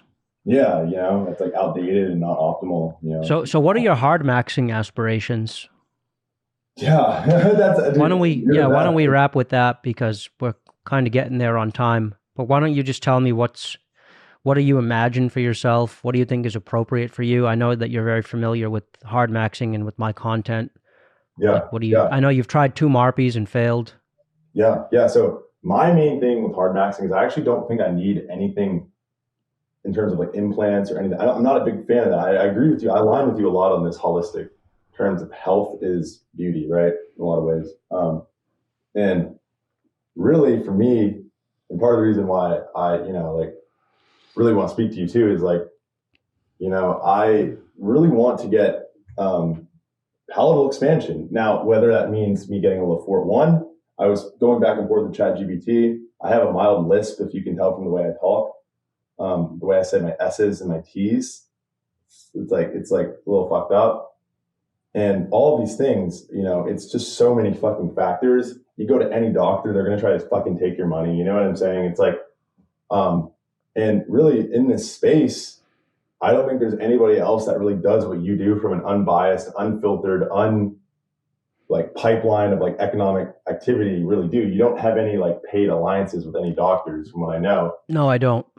And you kind of really just fucking, you know, I mean, it's shitty how America's like, oh, you got to be board certified and all this bullshit. Like even like in Thailand, you can just buy testosterone or buy, you know, like whatever you need. Like, you know, like you got to get a prescription for tretinoin. It's like stupid. Like that's like, you know, but anyways, what I'm saying is like for you is like, you know, I definitely know what I need. I know what I need. You know, I know I need, I don't need, my lower third is pretty freaking mager. Maybe I have some slight, like, you know, like gonial angle, like, you know, improve or whatever, but my actual like bones, like my nose, I mean, I'm not, and one thing I've noticed about my maxilla, it's not recessed in the, whatever this axis is. Like if you look at my palate, like I'll like, yeah. It's very high and narrow. So I actually have like, when I smile, you don't see the gummy smile that you see in people with like recessed maxillas with the height, right? Like, yeah. But it's very narrow. Like you see that. Yeah, I do. And your cheekbones are kind of flat. Yes. We actually have a kind of a similar face. We have a very similar nose. Like the way your nose upturns right here, where you can see this thing, like this thing is lower than the outside of your nostril. My nose is kind of similar to your nose in that way. With a lower third dominant kind of face. Yeah, exactly.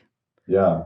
And I was just really curious. Like, I know, like, you know, because this is something that I'm like committed to because I have like severe like sleep apnea or something's wrong with my breathing. Like, you know, I have scheduled on the February 17th with an ENT. I'm going to get and I know that I fucking heard that this is wrong, but I'm getting my septum corrected. I have like deviated septum, you can tell, kind of just like from looking. Yeah, a little bit. Not terrible, but mainly like an enlarged turbinate from like the puppy. Not the puppy, actually. It was a combination. I mean, maybe a little bit it had to play, but it was mainly Accutane destroying my mucosal lining, and then I mean, I'm not self-diagnosing here. I mean, I don't know, like, but it's like that. What I believe is that combined with doing cocaine at the same time while being on Accutane. Wow. You know, your nose is already freaking dry. You have like crusty like boogers and shit, and then you're doing that on top of it, where it literally makes your nose bleed in healthy individuals. I mean, I really woke up in the morning and I couldn't breathe out of my nose. It was like, it was just, like, and you know, I think on this side it was like permanent like scar tissue that developed, I think, from that. So you're thinking about doing a turbinate reduction and a septoplasty even before you do the MARPE? So yeah, it was mainly just like convenience, like finding a provider and like fucking getting locked in. Like I have to find a way to get money because I theoretically could, like with social media, I think that's actually something I could probably like document and actually pay off. I think the content would actually pay that off. I really do believe so, actually, the exposure it would get me. Because I see so many people, like, I don't even see a guy named Blythen, Thon on TikTok. You know what I'm talking about? Yeah, I've seen him. Yeah. Very, very lower third dominant face. Like you saw that, like, dude, his face is like fucking like, and it's like, you know what I'm saying? Yeah. He's a good looking guy. But you know, he had a really freaking good provider. I mean, the key thing I saw is that, like, I noticed a lot of the good providers, like, they like offer like the braces while the MARPE, like they're ahead of the time, like they're like up to date with their like treatment, you know? Yeah, they do the controlled diastema protocol where they have you in the Invisalign while you do the expansion so that you don't get the gap. Yeah. And like little things that are like more optimized. Who was his provider? Chad Foster Orthodontics, I think, in Arizona. Oh, okay. Interesting. Yeah. He's doing MASPE, I think. Slow. Yeah. MASPE is just MARPE with a slower turning protocol. Okay. Everyone does MASPE now. Okay. Yeah. And, you know, I'm not going to lie. I kind of jugged your Google sheet off Reddit, dude. It was, like JawHacks providers, like. Oh yeah, it's all good. No, I'm sorry, bro. It was like don't worry about it. I was watching all your videos and I was like, fuck, dude. I was like about to like schedule an appointment, but it was like I just lost my job, and I was like, fucking. It was like, you know what I'm saying? It's all good, man. No, take advantage of whatever free information I put out. Tons of free information. 99% of my information is free, so. Yeah. It's only if you want to talk to me one-on-one that it's paid. Otherwise, it's and then there's, you know, the live events that we do inside the joint that I don't post. Yeah.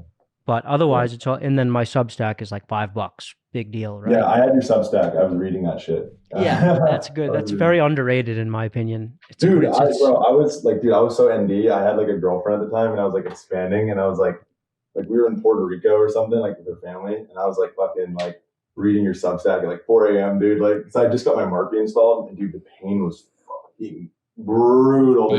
Yeah. Like people, my God, like there's nothing in your life that can prepare you for a MARPE installation, especially if you don't want to use pain meds like Xanax or some shit. I don't want to do that. Yeah. I just took I didn't even want to take Tylenol. I had to. I caved in. It was that bad. I fucking took it. You know, like yeah. A lot. Like I don't think that's the end of the world. Yeah, I know. You said somewhere that, you know, decreasing the inflammatory response actually prevents the suture from splitting. You said something about that. You want it to be inflamed because the inflammation kind of pushes the hemispheres of the maxilla apart. Yeah. And dude, there's so many people that are in my DMs like asking me about like what went wrong with my shit, or like, you know, like. I think you just didn't get a piezo cut as an adult male. Guys in their 20s are the hardest to split. Yeah. Marianna Evans doesn't do piezo cuts. Yeah. Did she at least offer to have you go see Mike Hutz in Chicago and do the 2-pen surgical release? Have you heard of the 2-pen method? It's basically she doesn't do in-office piezocorticotomies.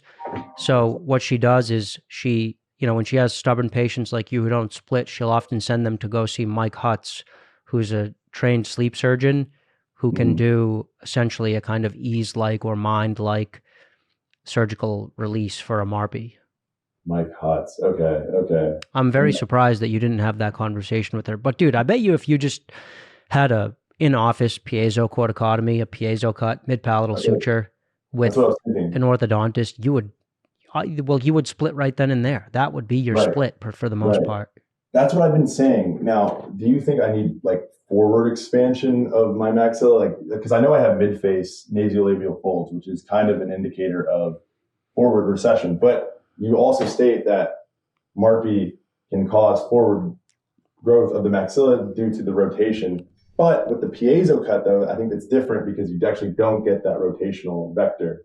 No, that's not true at all. The mid-palatal piezo cut has no effect on mid-facial changes or of the direction that the movement of the expansion goes at all, because when you split without the mid-palatal piezo cut, it's literally the same exact fracture. I mean, what's the difference between if you just cut this with a piezo knife or if you let it split naturally?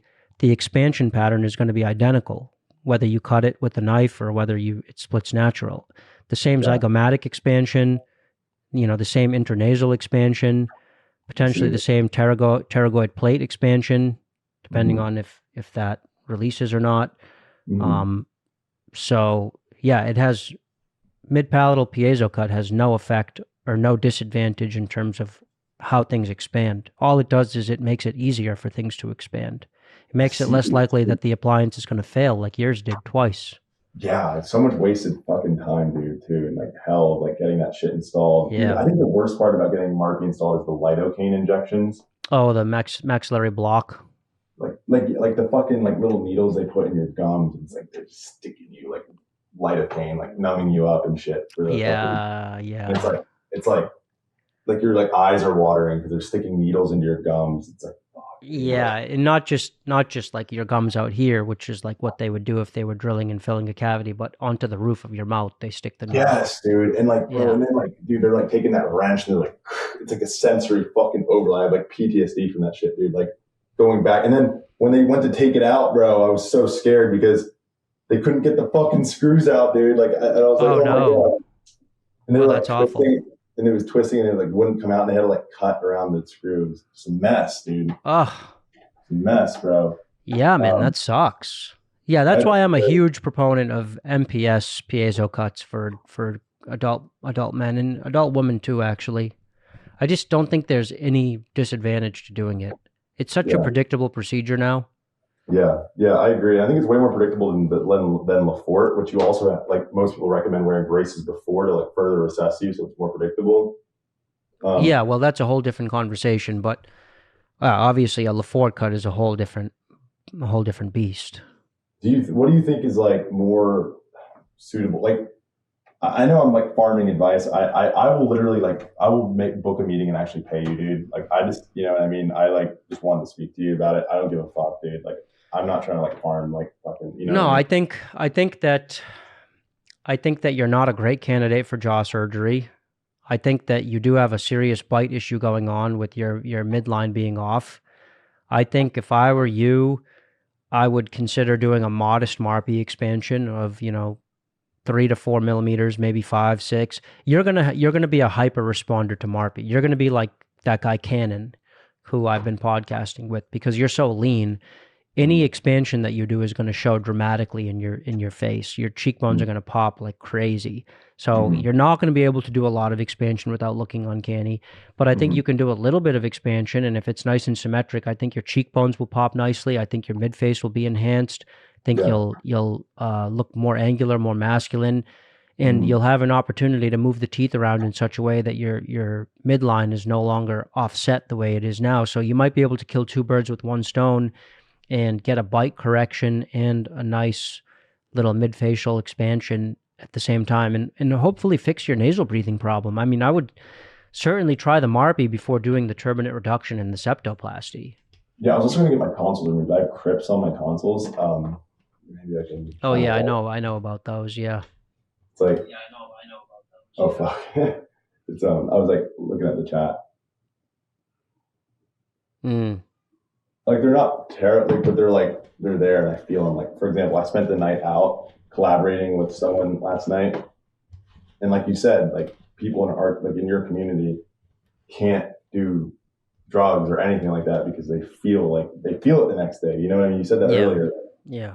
And I can't get away with this shit. I can't get away with staying up all night. I stay up all night. No one can, man. No one can. Yeah, and like, but it's like the crypts make it way more prone to like.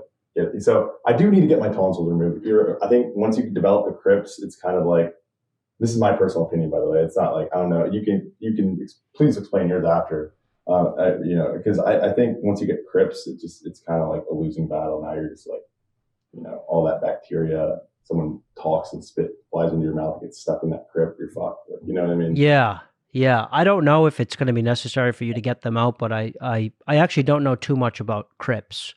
I just know that it happens to people and that, you get these little stones that build up behind them and stuff, and it's pretty nasty.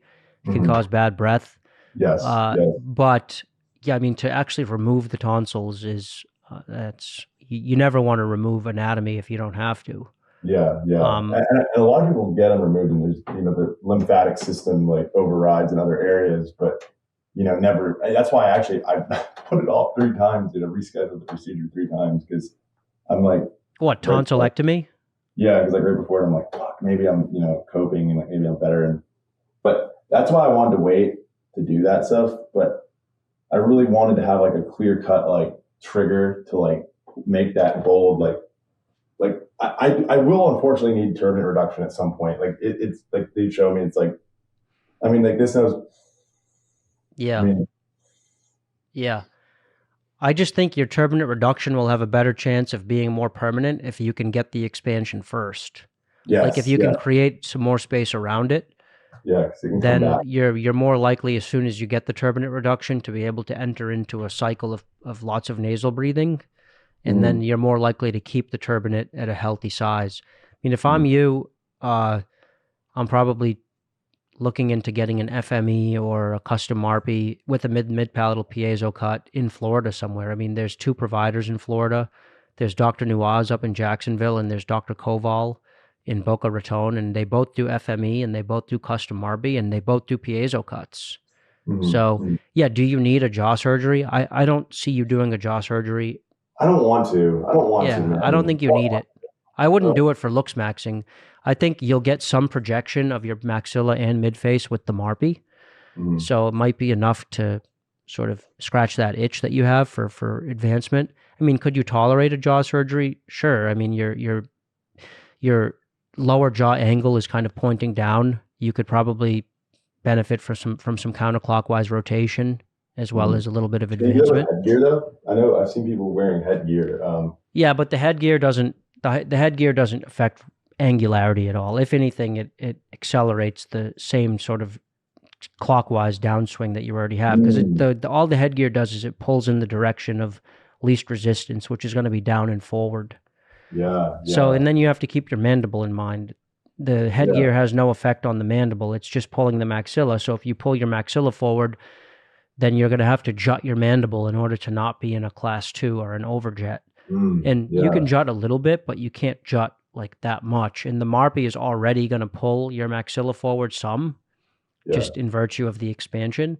So I don't think you're a good candidate for what's that? protraction.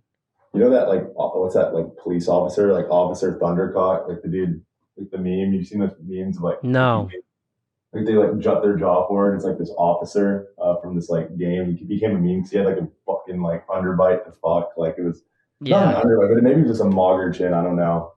Yeah, well, there's a lot of jutting that happens in the Looksmaxxing space, and especially in the Mewing space. The way that a lot of Mewing images are frauded is through jutting.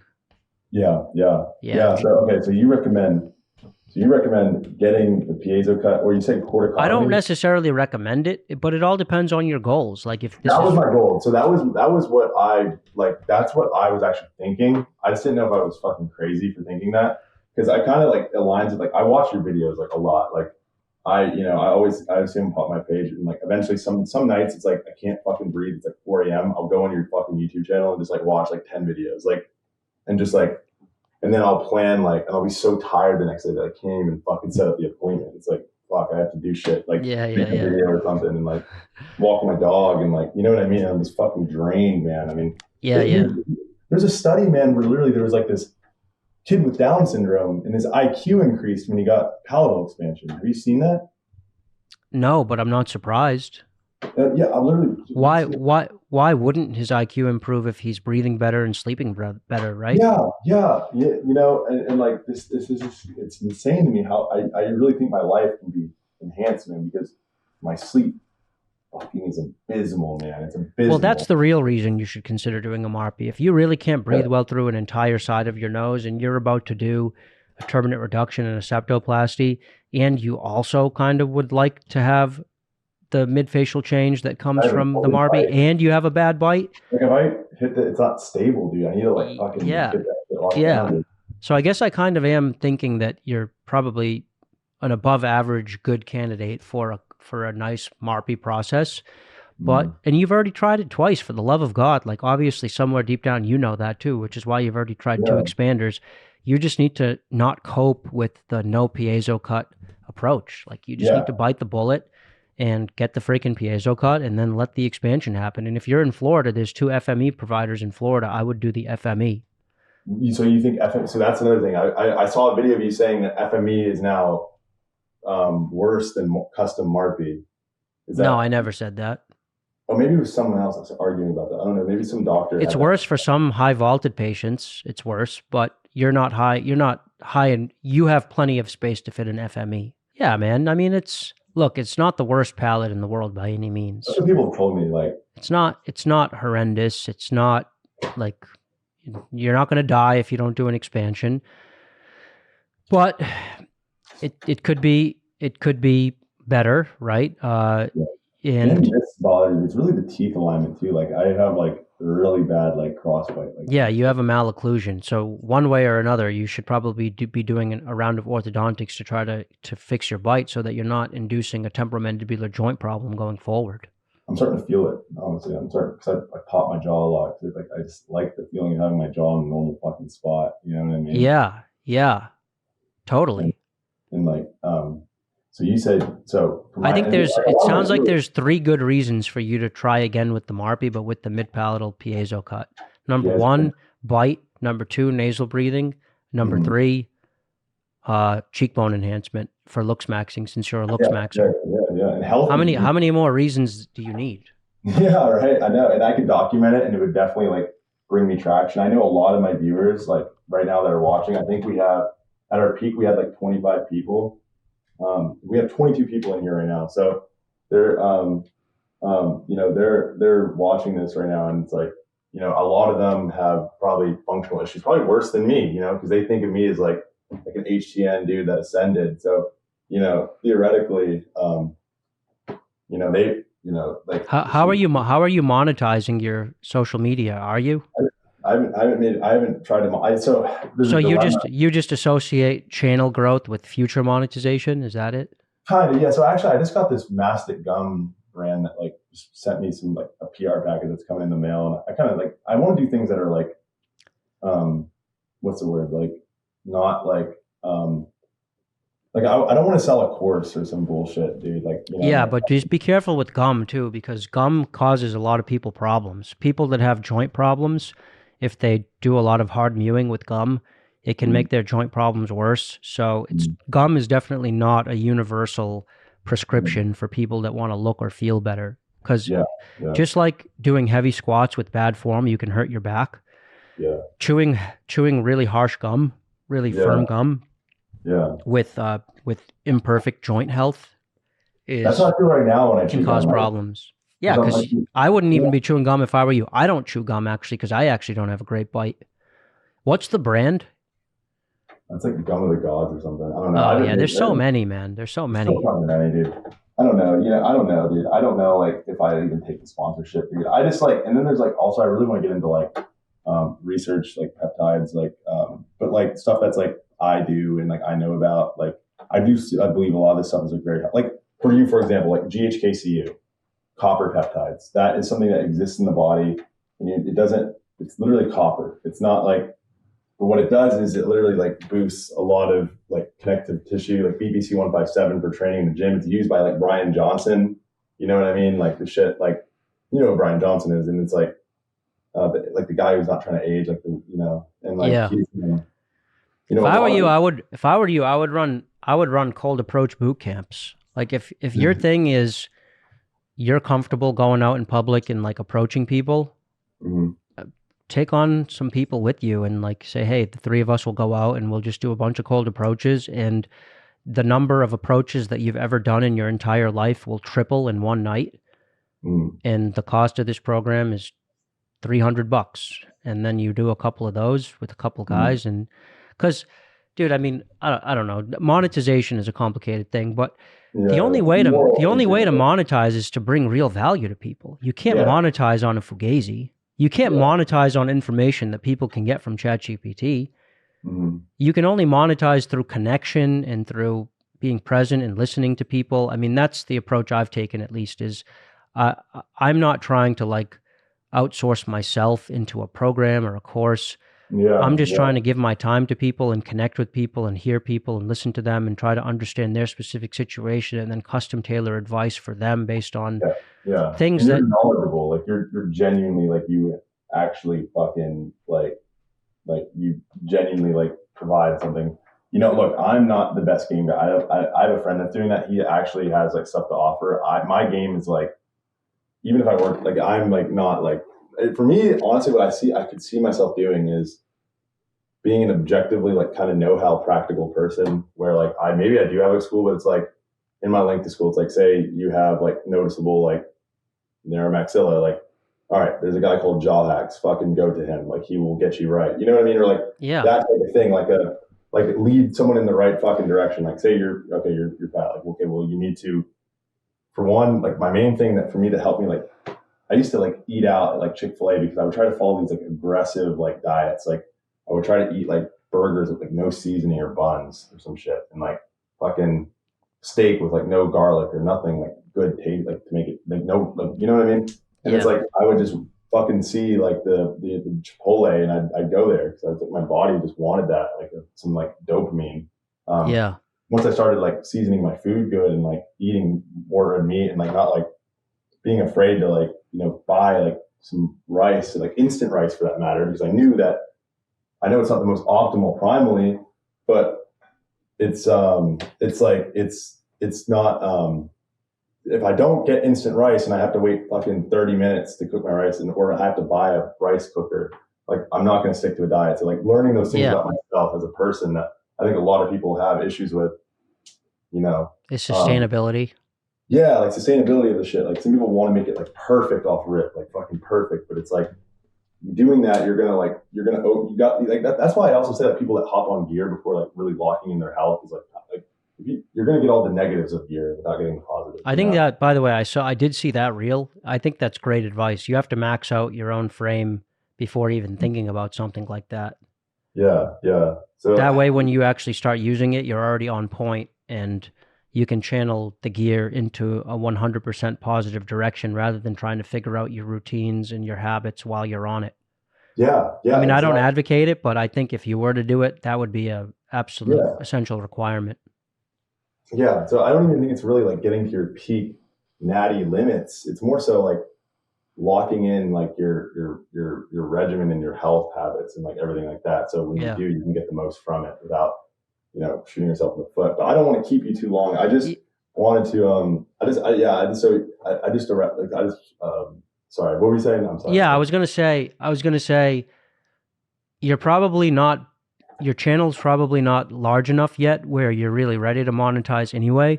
And I think probably what I would say is just keep making content because you like making it, keep making it authentic, keep experimenting and doing shit that's just natural to what you would want to do. Don't chill. Don't do things that you think are going to get clicks. And then as you continue to just make content, you'll find a voice and you'll find what separates you from other creators. And then maybe a path of monetization or a specific coaching niche will make itself known to you just with time. Like maybe a specific angle to Looksmaxxing or a specific kind of lifestyle philosophy that's tangential to Looksmaxxing. I mean, you have a really incredible body. I mean, like whatever you did for your chest, I think I would pay to know what that was. But I think just keep growing your audience and see what happens is probably what I would do if I were you. And then, I mean, I'm not going to say this, but like also it doesn't hurt to seek other paths of monetization in life too. Like if I were a young guy, I would become a licensed electrician. I know that sounds cope, but it's such a physically stimulating job. Your testosterone is through the roof. You get like 30,000 steps in a day. It pays incredible. I have, you know, electricians who I do their taxes that pull, you know, between 100 and 250,000 a year. It's low stress. You're outside all the time. You're getting all sorts of vitamin D, and it's a very natural way of life. And then it's never going to be taken away by AI. It's never going to be taken away by immigrants. It's a licensed profession. And like when you're done with work, you finish with work at like 3 o'clock because you're at work at like 5. Money, dude. It's great money. Yeah, my friend is a plumber that fucking makes like. Oh well, plumbers are it's a license to steal. Yeah, I would say plumbing is great too, but plumbing is a lot less sexy. But no, plumbing is the same exact deal. I mean, any trade is a fantastic thing for a young person to get into. Yeah. Plumbing, electrical, pipe fitting, freaking, you know, what you name it, HVAC, as long as it's a licensed trade and as long as you can get into a union or into a private company that has union wages, it's such a hack, man. It's such an incredible path for young guys to take. I would have done it if I were physically capable of it. I actually did apprentice as an electrician for a couple months. And I did several other trade apprentices as well. And I love it. I love working with my hands and building, using tools. It's such a high T, like it's such a mogger lifestyle. I mean, dude, you want to get mogged? Go onto a fucking job site and it's just one chat after a fucking another. And they're all just huge. And obviously there's a lot of fucking lowlifes too. There's a lot of like fat slobs too that just eat fucking Swedish fish all day. But there's a lot of total fucking killers on job sites like that. Everybody in my jujitsu gym like did like some form of manual labor, like, you know, and dude, I met great connections when I was doing jujitsu. Like this dude was like, you know, literally offering me to do like this job, paying $55 an hour, fucking like working on a construction site or some shit. You know what I mean? Like, yeah, there's obviously you could be a laborer, like there's a laborers union too, but go ahead. I'll be honest, I'm just a fucking NEET, dude. You know what a NEET is, dude? No. Like, I just like don't want to work, bro. Like I love what I do. I love like just getting behind a camera, saying it like a take, and like I just like seeing people's reactions. Yeah, and I'm not. That's why I didn't even want to say it because I don't want to discourage it. But I guess no, do it. Keep going then. And what am I guess I was more saying, you know, this way you could at least make 80 grand a year on the side while you're building your channel, because sometimes it takes a while for channels to grow. Like my channel is 7 years old and I'm by no means like what people should aspire to be, because my channel's growth has been really slow, but it's been consistent and it's been solid. And I never shilled and I never compromised my integrity. And so I'm happy with how my channel's done over the years. But this kind of rapid ascent to fame, it's kind of a pipe dream. I don't know. I'm not saying you can't do it, but it doesn't hurt to have a little income on the side. That way you're not tempted to make shill clickbaity content that's going to ruin your reputation. Yeah, that's a big issue with me, especially with my faith. Like I consider myself to be a Christian, and like, you know what I mean? I'm not maybe the perfect representation of Christianity, but you know, I think of like, you know, a lot, even my little brother called me out. Like, you know, I was always talking about like getting women and shit. You know what I mean? And that's like my vice, dude. I like, you know, going out, looking good, mogging. And I guess that's like kind of normal in a sense too. But for me, it's like also like if I were to ever do something that I would feel like is like unhealthy or like kind of against like, you know, like what like God would want in a sense, dude. It's kind of like, dude, like, you know, like what am I doing with my existence? It's like, you know, yeah, you have money, but it's like, at what cost, bro? What cost? Like your life is effectively over in that sense. It's like, okay, so like a year and a half ago, like, I mean, honestly, I guess I can just say it, dude, but like my brother passed away. I had an older brother. He mogged me, dude. He was like 6'7", dude. He was like up here on me. Well, why he didn't take any like Adderall as a kid. So he like grew to like, I feel like the full height. They do say the firstborn is taller. Dude, like sometimes I like feel his energy, bro. Like it's in a weird way. Like when I'm like fucking speaking about something or like on a call and I'm like stressful. Like I feel like, dude, like I literally feel like my confidence is so fucking high. Like I remember I was on a call last night and I remember this stuff. It's like, what do I say? How do I bring this up to Andrew Tate and his brother? And I'm like, dude, I'd fucking interview them. Like, let me take a shit, fucking put on like a wife beater. I'd interview him, dude. And I'd do a good job. Like I would speak and I would be intricate and I would be like, thoughtful and spoken, make it a very, very, very interesting interview that they would remember, because I have that energy of like that purpose that like, I don't know how to explain it. That is like that energy that I you know what I mean? Yeah, it's called grace. Yeah. And like you're spirit filled. You have charisma. And like, dude, that's like, I could never like, just like sell something that I like, you know, even like pricing matters, because like I can't control the business what to do. I can't tell them what to sell. I can't tell them how to price it. But if I know like I'm going to be selling gum that's like so expensive, and it's like, dude, like, you know what I mean? It's like, what? I still don't feel right about that. Like, you know what I'm saying? Or like, you know, if I'm going to be doing, so it's like, it's very like a fine line I walk. Maybe I'm too hard. No, but that's my whole point. No, you're not. It's called integrity. The trait that you're describing right now is called integrity, and I just think it's easier to maintain your integrity when you're not financially dependent on your content. Yeah, yeah, at least yeah. initially. I mean, at some point you'll be big enough to where you can sell some kind of value offering that really helps people, and you can do it in a way where you're just making content that you believe in. Yeah, yeah, dude. And depending on your next piece of content, to make rent is not a good place to be, because then you're just going to be more likely to do a shill piece of content, or to take a sponsorship you don't agree in, or to shill some surgeon who's really a hack or something like that. Yeah, dude. That's some real shit, you know. Yeah, I mean, it's just something I have to deal with all the time, and I've That been having to temptation. deal with it for years. Yeah, it's that temptation, man. You get hit up by like the stake, the gambling company, dude. I see that so many creators, man. Oh, I hate that, man. All the online gambling sponsorships, so It's so fucking fucking disgusting. lame. It's disgusting. Preying on people's propensity to have a gambling addiction, And you preying know on people's dopamine reward systems like that. And you know what's even wild about the gambling apps is that they're not, and even these like goon apps, like they're not designed. They're designed to look ridiculous to 99.99% of people. They have quantitative researchers that build models to predict revenue, and they found that the most optimal way to grow from like a gambling site is to not make it generally appealable. They want to make it appealable to those top 0.01% of super spenders that have no fucking control, like people that are like dementia, like like some casinos bust fucking elderly people in from like the nursing homes and shit, Yeah, like fucking gamble.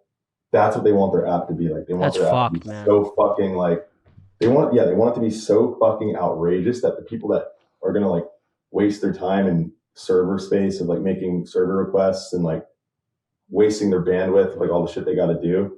They don't want them. It's fucking get away from me. They Yeah, want fucking the top 0.1% that's going to be worth their fucking time and they spend their yeah, life doing this. yeah. So it's like, I think basically what we're talking about here to wrap this call is what's called a moral compass, and that is one other thing that I see lacking in the Looksmaxxing community broadly, and probably in clavicular too. Although I do hear him sometimes say some moral things, yeah, right? yeah. But like frequently in the slew of interviews he did recently, people were asking him like, "What's it all about? Like, what are you doing it all for?" And he didn't really have an answer. He kind of would just say like, "I'm mogging just to mog." Like mogging is kind of an end in I of feel that way. itself. I do feel that way sometimes too, which is crazy. Like sometimes I just feel like I just want to fucking log in. Maybe it's just the way I've been pushed by like society and like how I've been treated. Like it's like I know I'm keep No, quiet. I get it, and I think it's okay to mog. I'm not saying don't mog, but I'm saying you need to have a higher understanding of where you're headed, and there needs to be a set of rules that you have for yourself that govern your behavior. Otherwise, you can get swayed by evil influences that permeate and penetrate into your life. Like if you don't have an overriding sense that you're serving God and his moral law, then it's very easy to make friends with an evil person who comes in and then goads you into saying evil, mean shit all the time as a way of generating more clips. And Yeah, yeah, so I think what I'm hearing from you is that you kind of feel like you have this moral compass, like you were alluding to your sense of the presence of your brother's spirit in your life. yeah, And I dude. think that's Yeah, powerful. And I would just say that's going to be the key to making content sustainable over a multi-year period. I mean, anyone can have a shooting star like trajectory where they rise up on kind of clickbaity, evil type shit that people click on, and people are fascinated with sort of the psychopathic nature of it.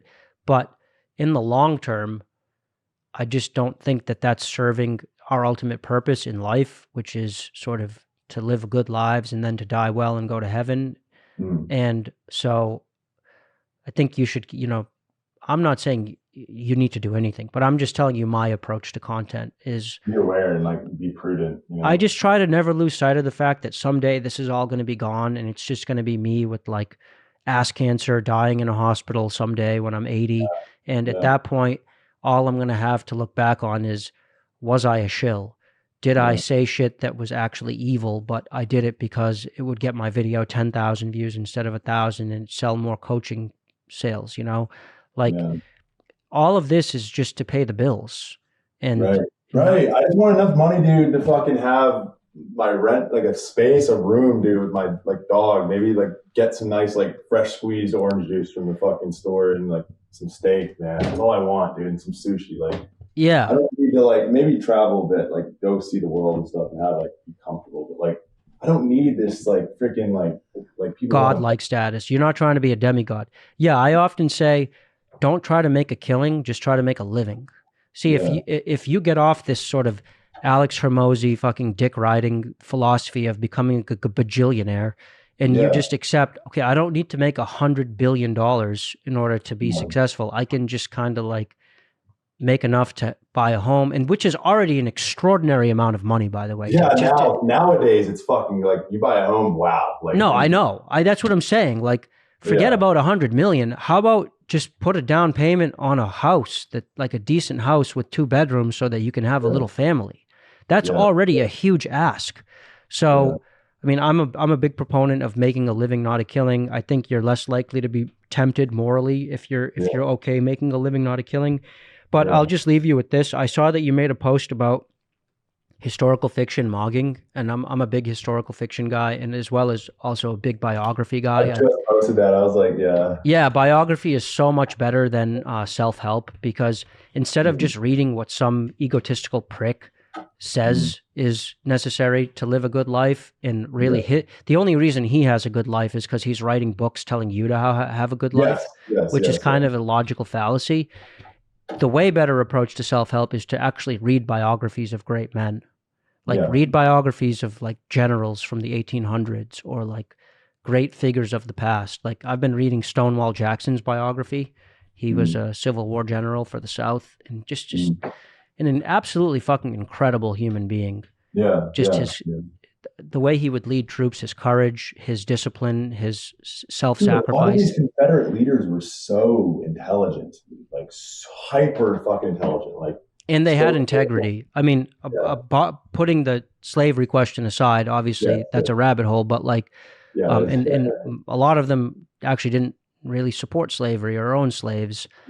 Whether or not the Civil War was really about slavery is a separate topic. Obviously, it was a factor. No one can deny that. But there was major economic factors as well. And by the way, racism was rampant in the North as well. And the North was intricately tied to the slave trade as well. Like the Northerners were not innocent of that scourge. So, and you learn that through reading. It makes you a more worldly person. You can spread ideas to someone like me who didn't even know who the fuck Stonewall Jackson is. And now you just reignited my interest in like Civil War history and like how people operated, which is like super cool. And that actually brings value to the table, rather than you need to fucking get up and not give a fuck, dude. Like, you know, like, what does that serve you besides short term, maybe like slight motivation? I get maybe having like a drill sergeant, like fucking tell you gotta get like slight short term, but like, even like I keep going to this book. It's like one of my main reads, Count of Monte Cristo. It's almost like a biography of a great man in a way. It's like the plot line for it is a guy gets locked up in jail for 15 years off of being basically a Bonapartist, which is like someone who's trying to aid in Napoleon's coming back and, you know, taking over the throne again. And that was like a punishable offense because politics was so fucking polarized in France. People were just murdering each other over shit like that. And you know, he's exiled to death. He escapes. He comes back as a new man, aged a little bit. No one knows who he is. And he takes over and fucking like, you know, like has his revenge and climbs status society. It's like, dude, that's literally a biography, like right there. That's a fucking biography. Like, you know what I mean? That's like an intricate biography. No, that totally. It's biography, but that if the author has a strong moral compass, they're able to integrate lots of really important lessons into it because he has total narrative control because it's fiction. Yeah. Nice, man. And I'll check that out. And the one work I would recommend you read is a short story by Leo Tolstoy called The Death of Ivan Ilyich. Wait, let me take that in, bro. Death of Ivan Ilyich. The Death of Ivan Ilyich. It's not that long, and anytime you're thinking about shilling and making immoral content just for clicks or money or whatever, think of that story and think about where we all end up in life at the end, because that keeps things in perspective. Like sometimes when we're young and we seem invincible, we lose sight of the fact that someday it's all going to fall apart and we're going to have to face our maker. And so I just think that it's important to meditate on death. It affects the way we live our life. And that story is a fantastic meditation on death. Yeah, yeah. But I'll leave you with that, man. I got to jump. I actually have to go do some tax work because I'm getting ready for my tax season. Okay, But dude, yeah, it's great meeting you. Great hanging out for a couple hours here on the stream. Yeah. And I hope your audience liked it. Dude, and it's fire, bro. And there's like so many like, dude, we still got like, dude, like everybody that's been in here has like been in here, dude, for like the whole time. So like, no shit. Yeah, so it's like, dude, it's been a good stream. I think they definitely found something. I think they found it informative too, because like, and they now know you as an outlet. Like, I think I'd rather people go to you than some like doctor that might try to like fucking secure the sale. You know what I mean? Like, yeah. No, I appreciate that.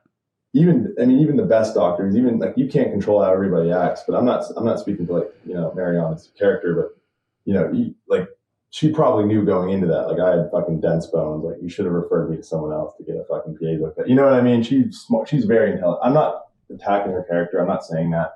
But sometimes I think like people like it's tempting. Like someone's going to pay you $10,000. You put that in front of someone.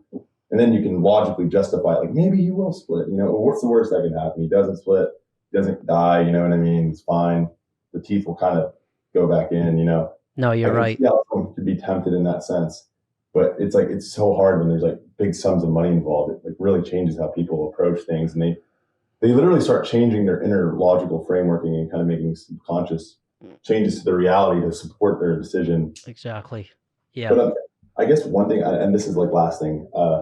Could you, if I like email you like my network, could you send me like the two guys you recommended that I go to, and then I'll just like, and then like what I should just like, I know what to say. Like I'm not lying. I literally have like really bad sleep issues, and like they'll see my stuff. But you said mid-palatal piezo cut and like just an FME maybe. Yeah. So FME. Yeah. FME. Yeah. I'll email you and I'll follow up with two doctors you can go see and they can potentially examine you and see if they think you're a good candidate for a MARPE with them. Both of them do mid-palatal piezo cuts. And dude, I'm thinking, like maybe, as my MARPE progresses, I could like do more content like this where I talk about what I'm feeling, and like repost the clips and stuff like that, and like get people streaming as we bring attention to it. Because then I think it would inspire more people to come to you too for advice. You know what I mean? Like solid foundational advice that's free of like any profit motives. You know what I mean? Like you profit from like, spending your time and personally like using your knowledge, which is like a service. And, like I really strongly recommend to anybody even watching, like before you just go to some like doctor, like you need to like really consult with like a third party person that like just has like really just going to shoot it to you straight, like no money involved. Only money they have involved is like taken up front. They could tell you, you know what I'm saying? Yeah, I know what you're saying. Yeah, that's my whole business model. Yeah. Yeah. So my whole business model is, basically unbiased, totally impartial advice about bird's eye view of the entire field and letting people know generally what treatments they might be candidates for, and then letting them know which doctors seem to be getting good results, which ones don't, and then how to essentially know if what the doctor is offering you is kind of tunnel vision to what that doctor only offers or whether it's actually appropriate for what you need. Like, for example, if I had seen you after your first failed MARPE, I would have told you it was absolutely batshit fucking crazy for you to try a second MARPE with no piezo cut. Yeah. That's absolutely completely idiotic.